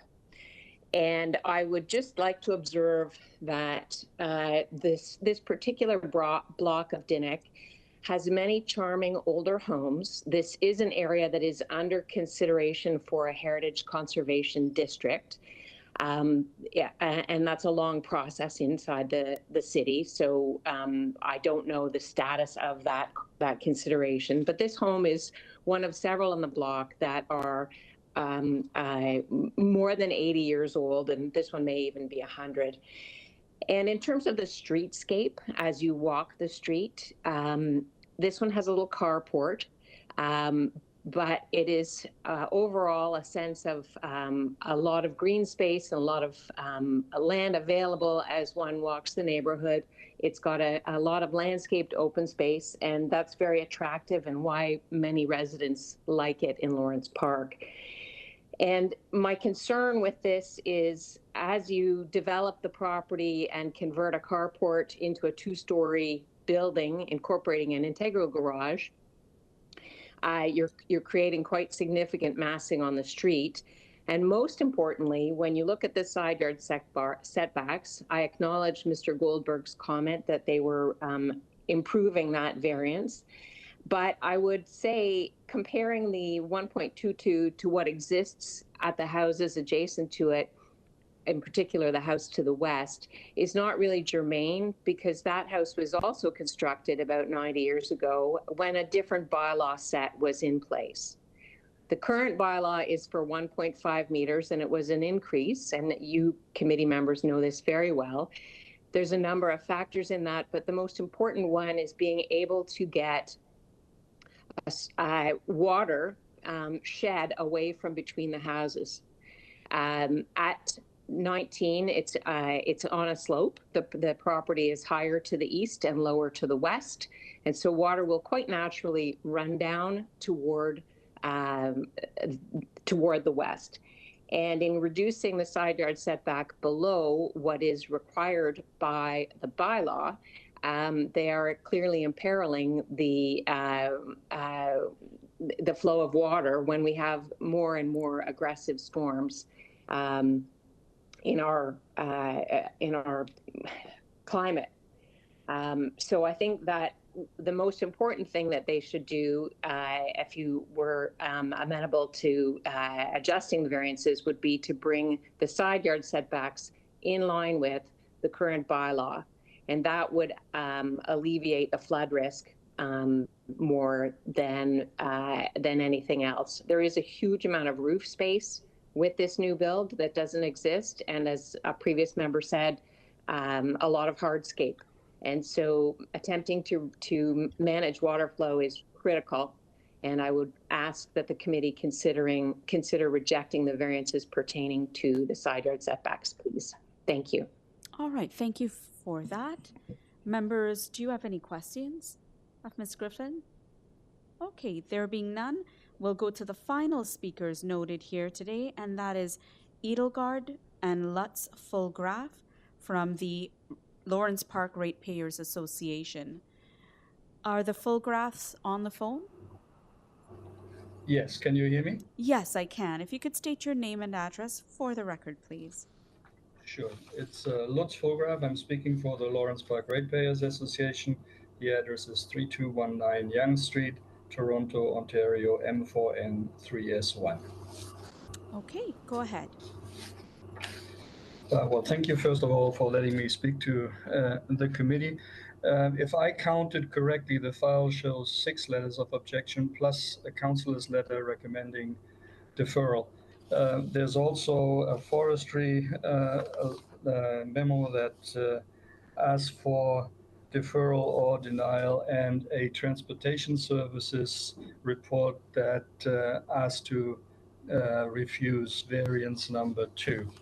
I will say that I'm very encouraged that the applicant here in the meeting has actually made some amendments to the variances that shows that there maybe is some time and some space for discussion. However, that has never taken place, and Mr. Hunt was quite correct in pointing out that some of the disappointment in the neighborhood is that the first notification of the plans and the variances was the appearance of this item on the COA agenda. And maybe we can continue the process and reach a result that satisfies everyone, or at least comes close to satisfying everyone, if we get a deferral of this item right now. Yeah, I will try not to repeat anything that has been said before. Just for your information, the lot that we're talking about, even though it's located in a more elevated position towards the western neighbor, is a flat lot that is slightly oversized from the standard lots in Lawrence Park. The applicant himself describes it as the subject site is generally flat, regularly configured, and is currently occupied by a 2.5-story single detached dwelling. It's a little has a longer street front than the norm, and is a little deeper than the standard lot for Lawrence Park on which the bylaws are written, but not significantly so. So it's everything is within the standards except the plans. The variance in detail, I've already alluded to variance 1 and 2. It takes away softscape from the front yard and is not the standard in the area. So I would again support the arguments that this should not be allowed. The variances 3 and 4 reduce the side yards. I understand that they are now have been amended, at least number 4 has been amended. But if you take it all together again with the variances 5 and 6, for example, then you just create a house that is with too much massing for the area. Regarding variances 5 and 6 for the length and depth of the house, it exceeds the bylaws by 3.25 meters or 1.25 meters. And I'm sure we're going to hear, actually we have heard already, that this is only for parts of the house, but that still creates a structure that is overly large and apparently not desired by the neighborhood. Then the FSI is basically a consequence of all the measurements that we have talked about before, and the variances 8, 9, and 10 concern the auxiliary building there. It comes very, very close to the lot line with 4 centimeters on the western lot line, and I understand there's also an eave that gets very, very close to it. Variance 11 describes the flat roof on the back, which itself is probably not very offensive, but if you put it together with all the other variances, it just seems to show that at the present time, at least, there's no respect for the bylaws as it is. I am hopeful that deferral will allow that some communication takes place, which hasn't taken place between the applicant and the neighbors, and that we can there, in that communication, eliminate most of the concerns that there are. Thank you very much. If there are any questions, let me know. Yeah, thank you so much. Members, do you have any questions? I did want to ask you a question, Mr. Fulgraf, on that heritage front. Have you heard anything about that? I know that's been ongoing for quite a while, but I think Janet Griffin said before, this is a very lengthy process in the city administration. I don't know exactly where it stands. I saw the reference in Councillor J. Robbins' letter. Whether she knows more about it, I haven't had time to ask. All right, thank you so much. So if there are no other questions, let's invite the agent, Mr.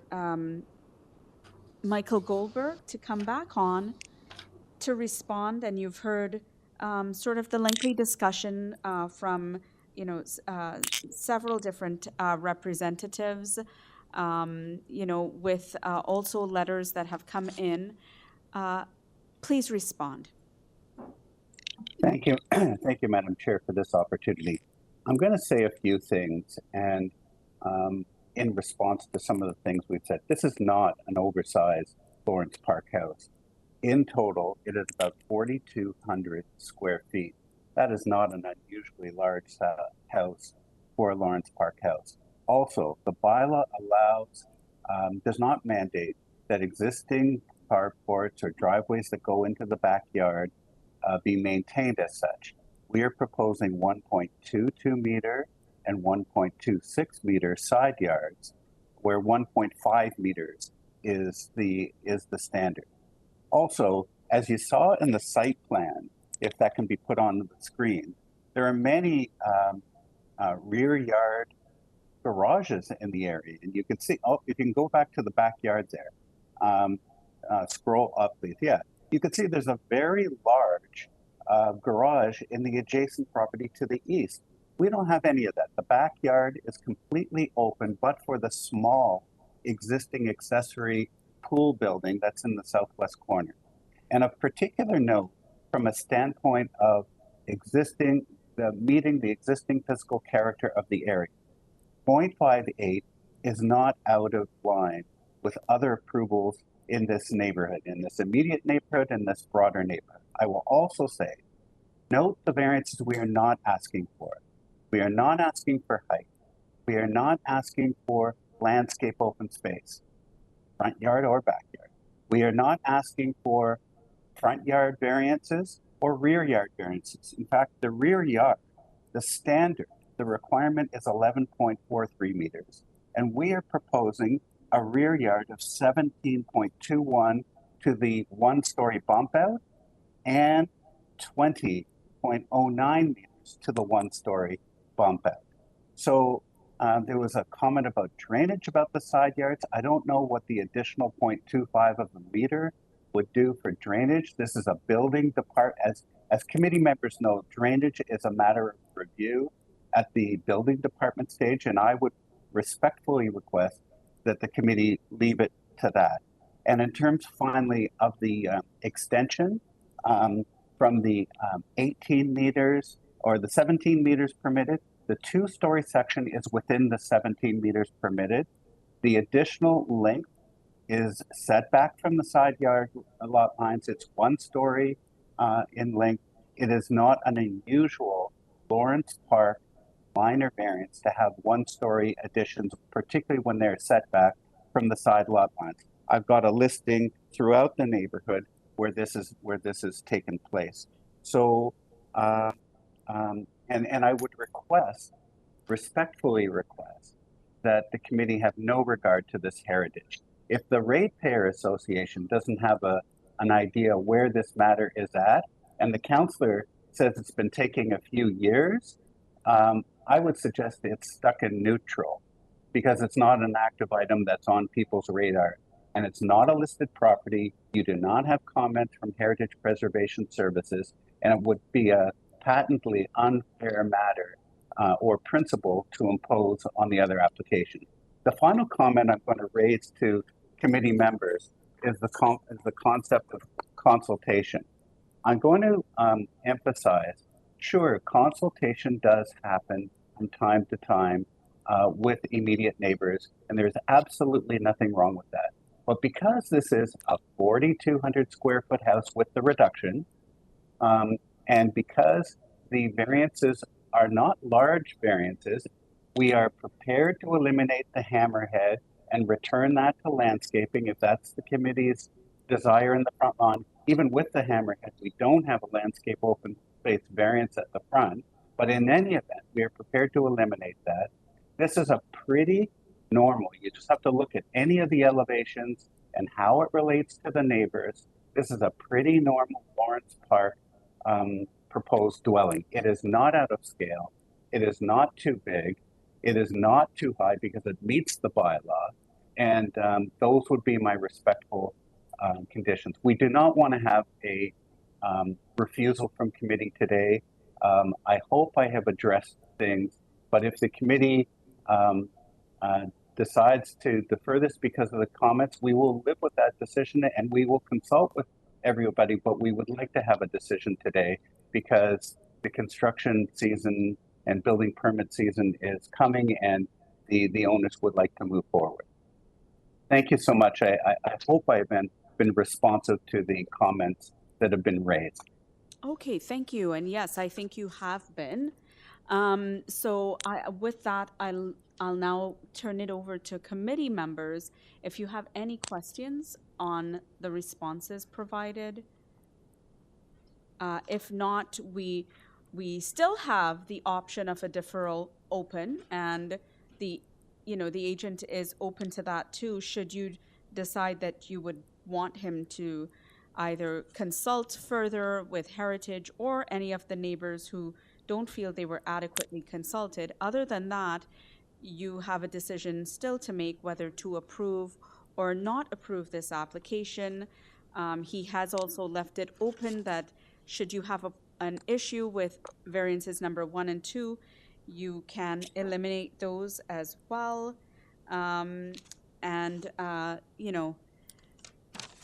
Just noting the concerns that the neighbors have said, 6 letters of concern and 1 counselor letter. The still, aspect of whether Heritage is neutral or if there is an active claim ongoing, 11 variances with some minor modifications to 3 of them, and forestry. That being said, Madam Chair, yes, there was one item that I just didn't respond to that I think is worthy of response in 10 seconds. May I do so? Yes, go ahead. There was a comment about urban forestry. Urban forestry is not opposing this application. They've asked for conditions. We've provided by Mr. Kuntz a arborist report, and we'd happy to live with those conditions. They are not opposed to it. When we say subject to forestry, that is it, meaning that you'd have to satisfy their conditions before moving forward, and that's sort of standard. That being said, yes, thank you. I just want to clarify that. Yeah, I'll ask for silence from everyone while committee takes this into deliberation right now, and whenever anyone is ready, a motion, please.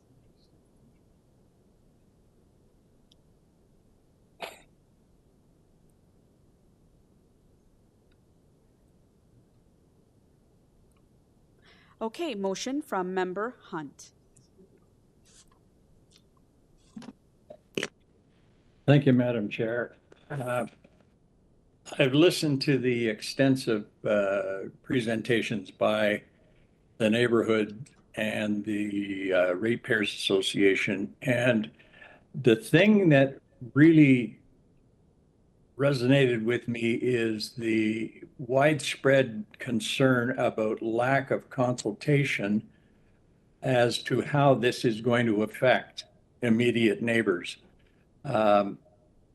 And so I think that I am going to put forward a motion to defer this to give the applicants an opportunity to speak to these neighbors who have expressed concern,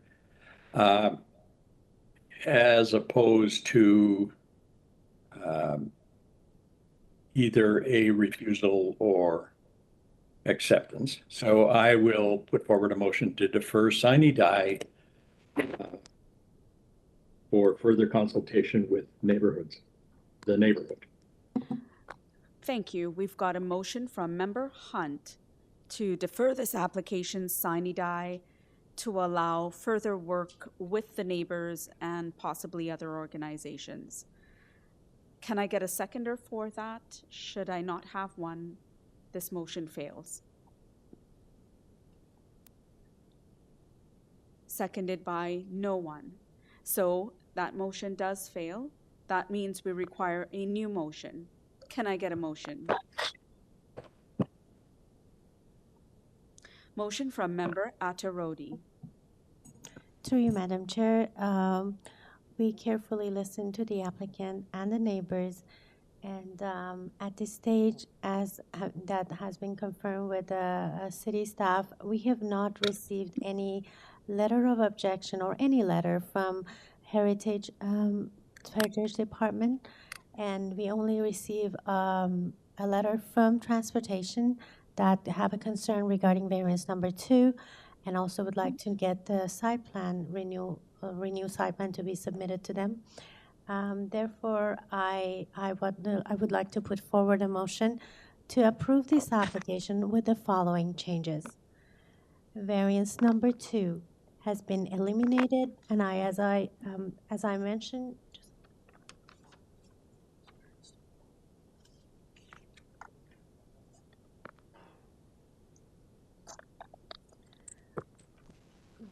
yes, I saw. Well, I was checking the transportation. So I will keep the variance number 1, and variance number 2 I eliminated because transportation have a concern regarding variance number 2, and they also asked that they required that the applicant submit the revised site plan drawing to comply. That's the variance number 2. Variance number 4, the proposed west side yard setback is now 1.22 meter. Variance number 7, the proposed floor space index is 0.58 times of the area of the lot. And also variance number 11, the proposed canopy encroachment is 1.6 meter, and it is 1.6 meter to the west side lot. Is it 1.06 meters? I think 1.06, sorry. So the encroachment is 1.06 meter, and it's 1.06 meter to the west side lot line. And also would like to subject it to urban forestry, and also subject it to transportation letter, as I mentioned earlier. Okay, I'm hoping planning staff caught all of that. So a motion from Member Atarodi to approve this application with the elimination of variance number 2, as well as the changes made here by the applicant, as was stated today, as well as forestry. Can I get someone to second that motion? It's seconded by Member Kidd. All those in favor? Okay, and those opposed? Member Hunt dissenting. And thank you all applicants for your, all neighbors for your input today. It was a difficult decision. This application has been approved with those changes. Thank you. Thank you very much, members of committee. Okay, members, if we could now turn our attention to... Madam Chair, if I yes. may, I believe we have the applicant for item 16, the one that was going to be deferred earlier. I believe they're online now. Do we want to address that now? Yeah, sure, not a problem. So earlier on, we were trying to address number 16, but the applicant wasn't there. So members, if we could turn to the last item of the AM session, and that's 203 Park Home Avenue, item number 16. Milan Lukovic, are you there? I believe it's a Maxim representing this application. Okay, Madam is Chair. there someone, Maxim or otherwise, representing this application that wishes to speak? Hello? Не надо кирпич, да. Но в том плане, что значит с другой стороны? I don't think you realize that you're on air.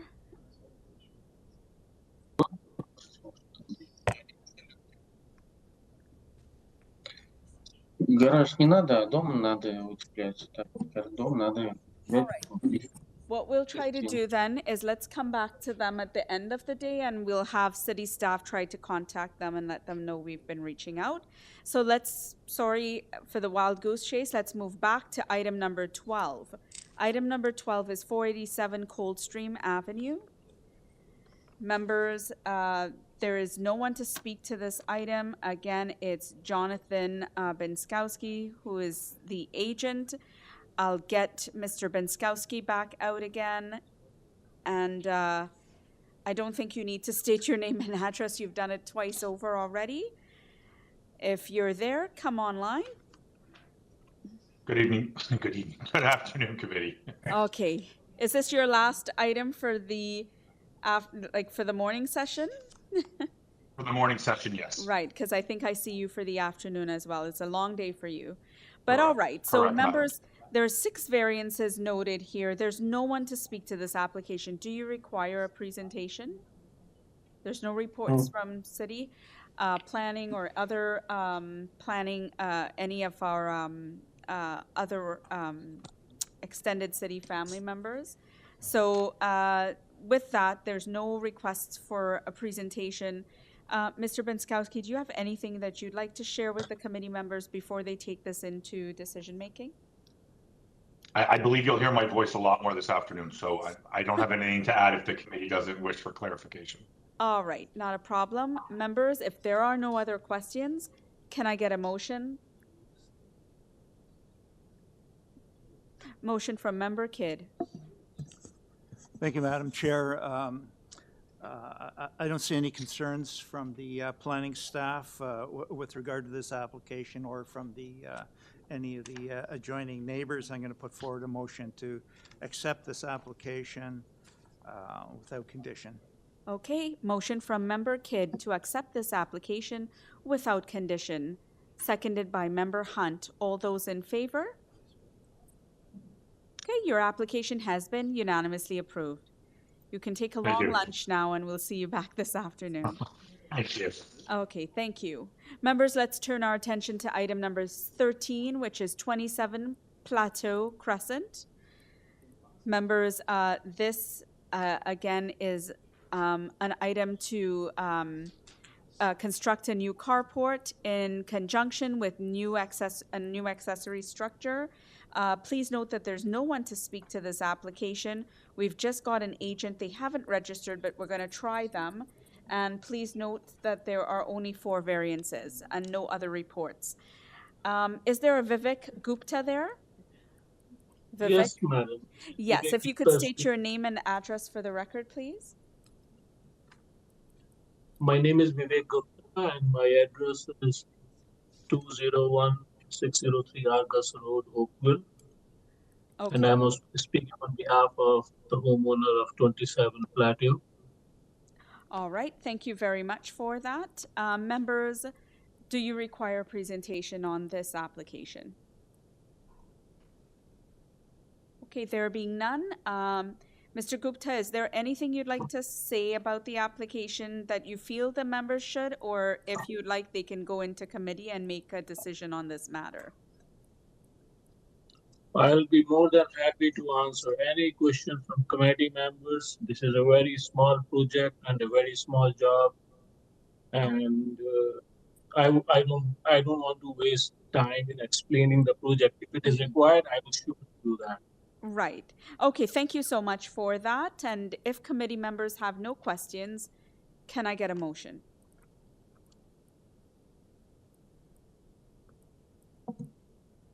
Motion from Member Attarodi. Yes. Through you, Madam Chair, I would like to put forward a motion to approve this application with no condition. Okay, motion from Member Attarodi to approve this application without condition, seconded by Member Kidd. All those in favor? Mr. Gupta, your application has been unanimously approved without condition. Thank you. Greatly appreciate that. Thank you very much. All right. Members, let's move on to item number 14, and that is 93 Lord Seaton Road. Please note, members, there's also, this one has no one to speak to this application. Please note that this is an application to construct a new dwelling. There's only 3 variances. Transportation did send in a September 14th report, but there are no objections and there's no one to speak to this. Do you require a presentation? Okay, so let's call out then Mr. Rich Leung Cook Y. Rick. Yeah, Rick. I see you. Yes, Yes. Rick. My name is Rick, and I'm representing the client. And the address is 2710 14th Avenue, postal code PLATEAU COJ1. Thank you very much And, for that. Members, do you require a presentation? You said no. I just want to double check. And if not, Mr. Y, is there anything you'd like to say to the members before they take this into committee for decision making? No, I don't have anything to add on this. Thanks. All right. With that, if there are no other questions, members, can I get a motion, please? Motion from Member Kidd.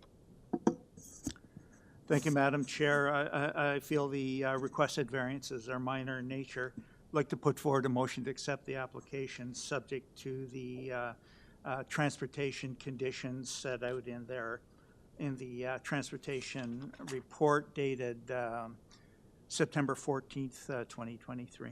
Okay, thank you so much for that. Member Kidd with a motion to approve subject to transportation conditions. Seconded by Member Hunt. All those in favor? And your application, Mr. Y, has been unanimously approved with those conditions. Okay, thank you, Madam Chair and committee members. Have a good day. Let's move on to application number 15, which is 360 Patricia Avenue. Please note, members, that this application is one to construct a new detached dwelling and integrated garage and basement. There are 11 variances. There is a staff report of September 6th, just asking for variances number 5 and 11 to be modified or else, refuse those variances, and there's one condition attached. Of course, there's forestry, but there's no one to speak to this application. Let's get the agent out. Again, welcome back, Notion Muzafari, if you're there. Yes, I'm here, Madam Chair. My name is Nushin Mozafari. I'm here on behalf of my client, owner of 360 Patricia. Okay, thank you. And I presume you'd want to do some modifications as per the staff report? Yes. Variance number 5 is reduced to 4.57. Okay, so variance number 5 has been reduced from 4.88 meters to 4.57 meters. And variance number 11 is reduced to 7.98. Okay, and variance number 11 has been reduced from 10 meters to 7.98 meters. Okay, so that being said, I'm just going to ask committee members if they feel they require a presentation for this application. Is there a mistake you're saying? Yeah, but that's the owner's daughter.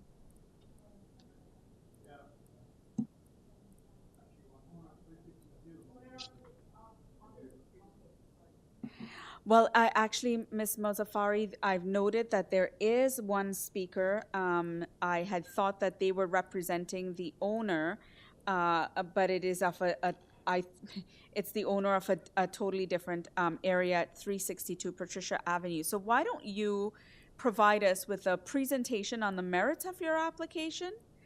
And that way, any concerns that Ms. Attarodi may have had, she will be able to at least hear from you a bit of the merits of this application. So go ahead, please. Yes, although the number of requested variances seems to be high, but this is a very common and usual requested variances. If I want to give you a brief presentation, variance number 1, 4, and 8 are all about the west setback that we are asking for 5 feet instead of 6, and these 3 variances is about the building, the canopy, and the porch that are all aligned with the building itself. Variance number 2 is for the east setback. We are asking for 1.23, and if you look at the site plan, this is only for the front portion, and we had lengthy discussions with the staff as well, and at the rear we have 3.2 meter setback, and these numbers that we are proposing are basically the same as existing house, so we are not increasing the width of the building. Number 3 is for the first floor height, which is slightly higher than allowed. Number 5 is the deck projection, which is improved, and also I should mention that the actual deck projection is 3 meters from the rear wall of the building, and as you see on the site plan, 1.57 of this proposed projection overlaps the building length. So the deck is actually projecting from the rear wall. The length of the building is a variance only for 1/3 of the building width, and if you again look at the site plan, this projection at the rear has 7.3 meter setback to the west and 3.2 meter setback to the east.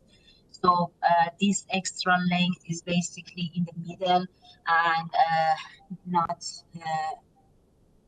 disturbing any neighbors. Number 7 is for the coverage, and number 10 and 11 is for the wall heights, which is 7.98 for both side main walls, and number 9 is for the width of the front stairs, only for the few first steps that are landscaping and like floating platforms on top of each other. The rest of steps has 6 foot width, which is in compliance. I would be happy to answer any questions. One last point that I want to mention is that we reviewed the report from the forestry that and to address their concerns to keep the tree in the backyard. We have relocated the walkout to the side, so it doesn't encroach into the protection zone of those trees in the rear yard, and that's why we have submitted this site plan in case you want to tie it to the application based on the planner's suggestion. And the rest, as the planning mentions, is in keeping with the character of the neighborhood and other approved cases in the area. Okay, thank you for that. Members, do you have any questions of Ms. Mozaffari? Yes, Member Kidd, go ahead. Thank you, Madam Chair. I just wanted to confirm your modification to variance number 11. In the planning staff report, they're asking you to reduce the wall height from 10 meters to 9.4 meters. But in your presentation, you mentioned you were going to drop that to 7.98. I just wanted to confirm that that was in fact correct. Yes, it is correct. And instead of reducing the height, we are reducing the bit of non-compliance portion because 30% of the side wall can be higher than the allowed wall height. So we are reducing the width of the non-compliance portion to be less than 30% of the length, and therefore that portion is from the wall height calculation, and the actual wall height will be to the underside of the eaves, which is 7.98, and same as the other side. Okay, thank you. Okay, thank you for that. If no more questions, let's go to the speaker, the area resident that's been holding online, and I'm not sure if they're going to be on video call, but we do have a Kim and Ron Rosner. Kim and Ron Rosner, if you, one of you is there, if you could state your name and address for the record.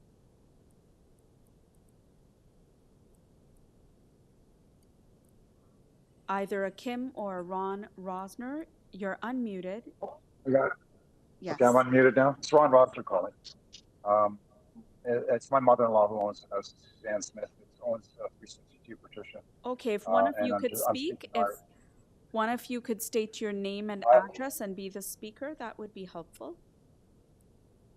Okay. It's Ron Rosner. I live in Whitby, Ontario, but I'm representing Suzanne Smith, who's my mother-in-law, who lives at 362 Patricia. Okay, right. Got it now. Okay, thank you so much. And tell us No what problem. your concerns are, or that on behalf of your mother-in-law. With number 11, thank you for reducing the height, because that was one of our concerns, because the 10-meter high house, there'll be enough shade developed by this house on the adjoining property, but appreciate it. The setbacks, number 1, 2, 4, 8, and 9, all relate to the west elevation. There is one that relates to the east, and I think Jack, who's the neighbor there, put in some documentation on his concerns there over a picture window or a bay window. The setbacks on the west are all to the west. Her concern is I guess, her privacy, future value of the property. There's going to be enough shade created by this house already, but having windows that actually look out onto her property at a higher elevation is a huge concern. This coupled together with the fact that the main floor on the drawing shows at 102.7, when the main floor is actually 103.08. The front little vestibule that leads into the house is at 102.7. So that's going to put their main floor over a meter higher than her present main floor. You'll pretty well be looking into her dining room, her living room, and everything else that goes along that side of her property. So I'm not sure if that was recognized, because on the plan that was issued with the variance requests, it said 102.7. That's just the front vestibule. The 103.08 is the main floor plus the back deck. It's going to be, it's a big house to begin with, and I know the neighborhood gets big houses. I think the variances are there to protect the people that have been living there for the last 50, 60 years. And seeing this come through, minor variances, I get it, that's what this whole meeting's about, but coupled together, there's a number of variances that were requested. The rear deck is almost twice as long as allowed within the bylaws. The other concern with the rear deck is it extends further out to the back, and you can see by the elevation drawings that the backyard's all sloped down. So from adjoining backyards, that deck is going to be somewhere around 10 to 12 feet in the air. There is no privacy. They'll be looking down at them like concert hall. So the backyard will be a place where you probably don't want to sit if there's people outside and you have a property. The actual home length is being requested to be 1.58 meters longer, which then added together is why number 7 was requested, because it's gone from 30% to 32%. So they've asked for slight variance on the west side and a 1.58 or 5.8 meter increase in length of that house. So everything coupled together, it's going to change how the neighbors live, future value of the property, comfort level, privacy, all those things. It's enough that you probably won't see daylight from the west side ever again, but that's part of putting a 2-story house beside a 1-story bungalow, and I understand that. Just wanted to raise those concerns because we object to most of the variances, and we'll see what the council says. Thank you so much for that. Members, do you have any questions? Okay, and just noting again that, from his point of view, he's happy with the reduction of the height, which is variance number 11, but there were still some concerns around 1, 2, 8, and 9. And you've heard what the members said. So let's get back, the agent out here. And Ms. Mozaffari, if you would come back on and respond to the concerns that were noted on behalf of 362 Patricia Avenue, which is to the east side. Yes, for the side setback, as I mentioned, what we are proposing is exactly the same as the existing condition. And also the neighboring property has the same setback of 5 foot. So we are basically keeping that existing condition, and variance number 1, 4, and 8 are all about the same number for the west side setback, and 5 foot side setback for each property means 10 feet distance between the 2 buildings, which is quite decent and same as existing condition, which is in some areas, that there is only 7 foot distance between the buildings to have a shared driveway. Here, this is just for side setback between the properties, and we are maintaining the same situation. Also, for the privacy, I should mention that the setback of the deck is 6 foot and in compliance with the requirement of the bylaw, and we still are okay if a privacy screen can satisfy the neighbors' concerns about privacy. And about the height of the main floor, I rely on the survey, and based on the survey, the door sill of the neighbor's front door is 102.48, and our porch is 102.52. So we are basically at the same height, and the variance that we are requesting for the first floor height is just 7-8 inches to just eliminate 1 step inside and have less steps inside the house. We already have reduced the wall height, and the total height is in compliance, and considering the direction of the homes regarding the sunlight and the overall situation, I believe our proposal has minimum impact on the west neighbor. Even the extra length is for the breakfast area and on the other side of the proposal. And on this side, the length of the building is 17 meter, which is allowed. I would be happy to answer any questions. Okay, thank you so much for that. Members, do you have any questions? Okay, yes, Member Atarodi, go ahead. Yes, to you, Madam Chair. I would like to get some clarification regarding the revised site plan that the applicant mentioned she submit. So what is the date of the revised application, revised site plan? Because I was looking at our package and we received two site plans under two locations. One of them is under location map and one of them under revised plan dated 5th of September 2023. Both of the site plan dated 20th of June 2023. And I was quickly take a look at the walkout and the side yard setback at that end of the property on the west side, on the east side, and the numbers, correct me if I'm wrong, are identical. Means although it said revised, but the things we have on our package doesn't reflect that.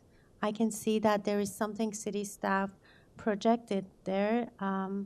Let me take a look at this one. So I just would like to know how much you modified, and is this one, this site plan which is on the screen, is it the revised one? And have you had a chance to provide this site plan to the urban forestry?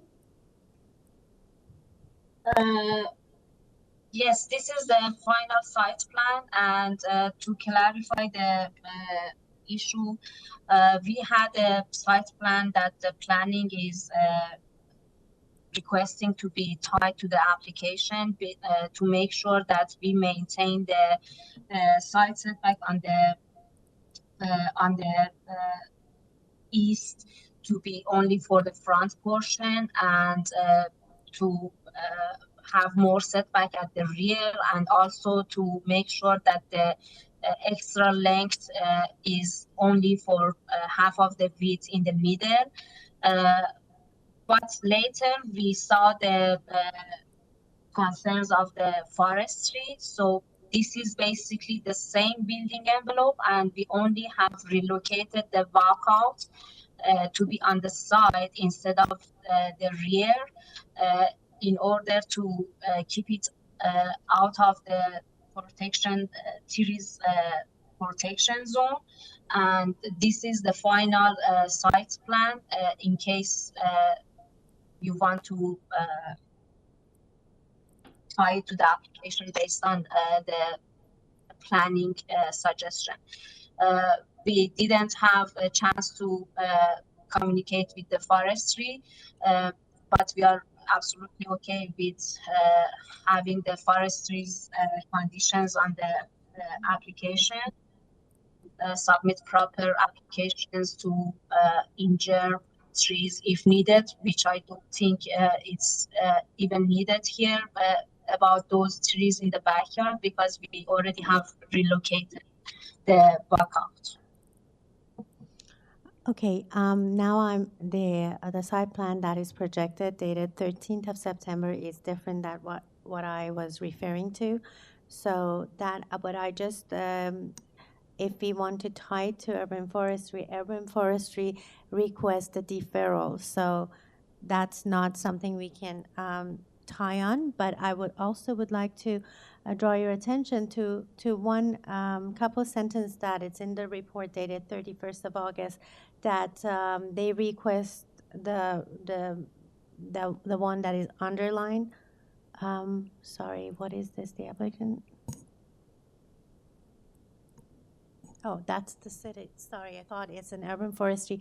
That applicant to remove this tree may be denied by urban forestry regardless of any committee of adjustment approval or building permit issue. So if it just still, you would like to remove that tree, urban forestry stated that this will not be approved later on, even though if you get an approval from committee of adjustment or building permit. This is my understanding from reading this report. I think it's in the first paragraph of the report, if the city staff can project it. Yes, it's also underlined.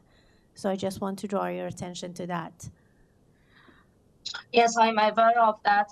The urban forestry is concerned about those trees in the backyard. And as I mentioned, we have relocated the walkout because even their report mentions that this has nothing to do with it's not related directly to any, I'm just reading the exact same sentence. This tree impact does not relate directly to any specific variances. Therefore, urban forestry is not recommending denial at this time. And this is only because of the walkout, and we have relocated the walkout to be outside the trees protection, and also the forestry suggests that Okay, I think that we kind of have to cut this off now. I think we get the picture. Okay, so if there's no other questions, we can't do the back and forth. Condition number 2 and 4 to be on the application. Okay, so that being said, is there any other questions? All right, if there are no other questions, then can I get a motion?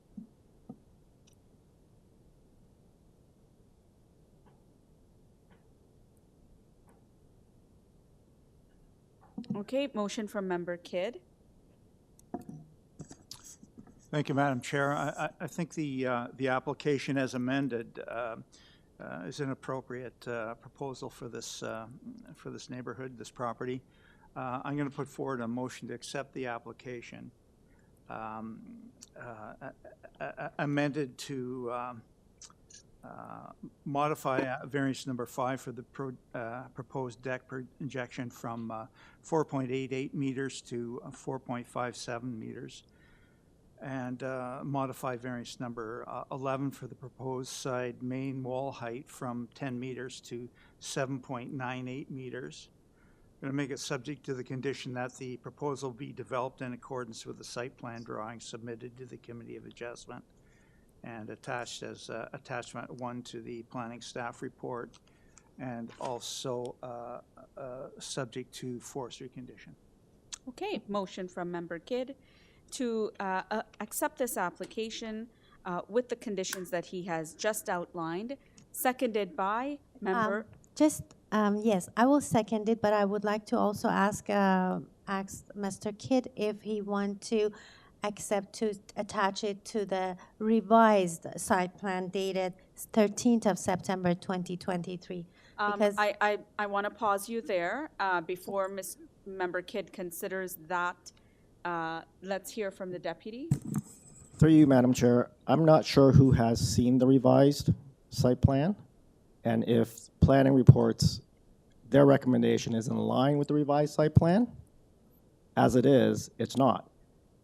There is a site plan that's tied to the report dated September 5th. Tying it to a different site plan may cause issues. Right, so we will revoke your amendment, your friendly amendment. Can I get a seconder, please?